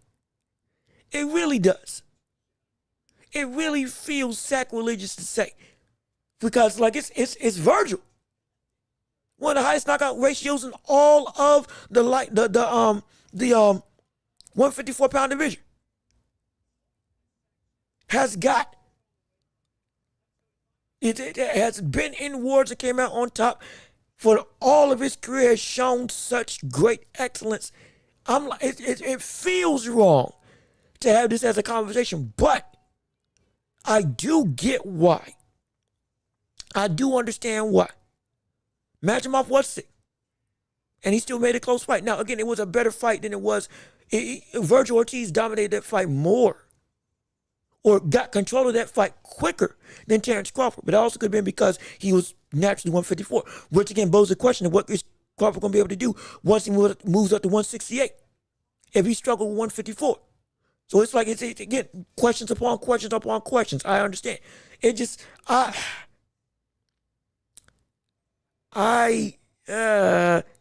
it's really hard for me to say. It's extremely hard for me to say. But I get completely where you're coming from with the conversation. I do. We're probably going to touch on it tomorrow. Because again, tomorrow, the whole show is championship rounds. The entire show tomorrow, as we do every Friday, is a championship round dedicated event where all of you all drive the conversation for the entirety of the show. Yes, we make agendas and plot points, and we still make a list of what to talk about. But tomorrow, the whole show, you all say whatever the word you want to say and whatever you want to talk about. So we might have more time to talk about this on tomorrow. And also, real quick, because I know we didn't get to cover it nearly as much because we had a whole lot of people talking. But amongst the conversation of pound for pound, most likely, we're going to have even more fervor with that. Because now that we got who should be there, now we're going to have more people. Because I missed a lot, and I do mean a lot of people chatting about the pound for pound list. So most likely that's going to be a big thing that we're gonna re-delve into instead of just debating who's there, debating fully, but where should they be and where should they not be.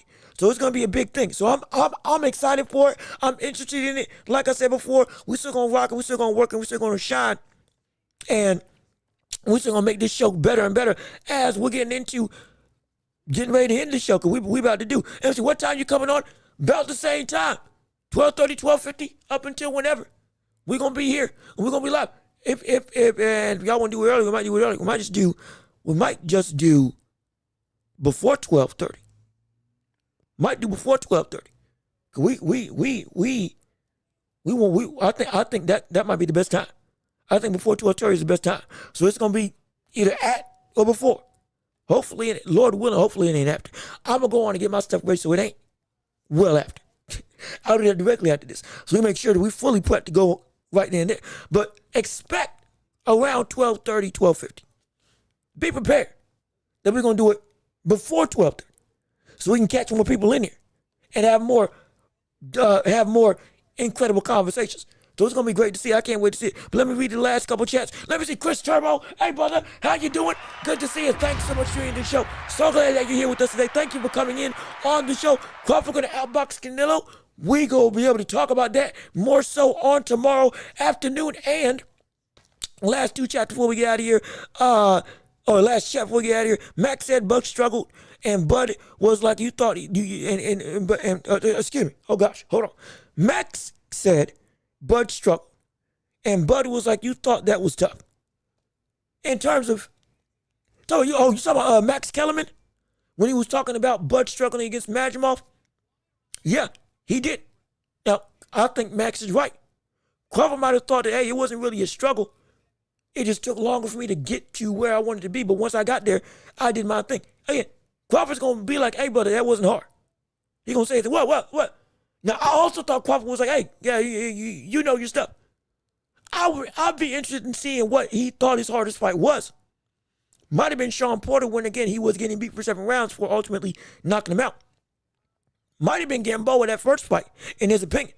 But regardless of which, Whatever is hardest Fridays, we can discuss it tomorrow. Because it's 3 hours, 27 minutes. And so we got to get out of here. So, hey, we're going to have all this discussion and more coming in on tomorrow. And we appreciate all of your time. But with all of that being said, this has been another episode of The Watchable with me, your host, Jean-Luc Welch. Thank you so much for tuning in and listening to Let's Show with me today. Yes, sir, we had a phenomenal time talking about Crawford and his star power, Canelo and what's next steps for him. Talking about Ryan Garcia and Romero. We got more to come on tomorrow. It's the championship rounds tomorrow. Whatever you all want to discuss, you all drive the conversation for the entirety of the show. I'll have my notes, but you all will be in control of every single thing that we discuss on today. However long that we go on tomorrow afternoon, it's going to be great. It's going to be a time. Leave a like on the stream before you leave. Comment your thoughts and opinions on what you liked and didn't like about the show. Be sure to subscribe if you haven't already. Come and join the Empire, absolutely. And be sure to hit the notification bell. Share the show with everybody that you know so we can keep on building up this empire together. And if you want to support the show and help keep the lights on and help us to make the show bigger and better for you all, because again, we are driven by viewers like you. Cash App and PayPal, links in the description down below. Also, if you can give, anything will do. Anything will be helpful. Again, this is my job, so it's all I got right now. So we can make this big. We can make this great, and we're growing immensely. And I want to make this thing truly a conglomerate. But I can't do it without you for all time. Can't do this without you. And so if you can help and support the show, it will mean the world to me. And hey, we can make this thing bigger and better together. Absolutely. But I've been Jean-Luc Welch. You all have been wonderful. We will see you all tomorrow. Peace and love. We are right here. Yes, sir. We are going to see you all on Friday. Be safe, be blessed, and get ready for tomorrow because it's going to be a blast. Peace and love. We out.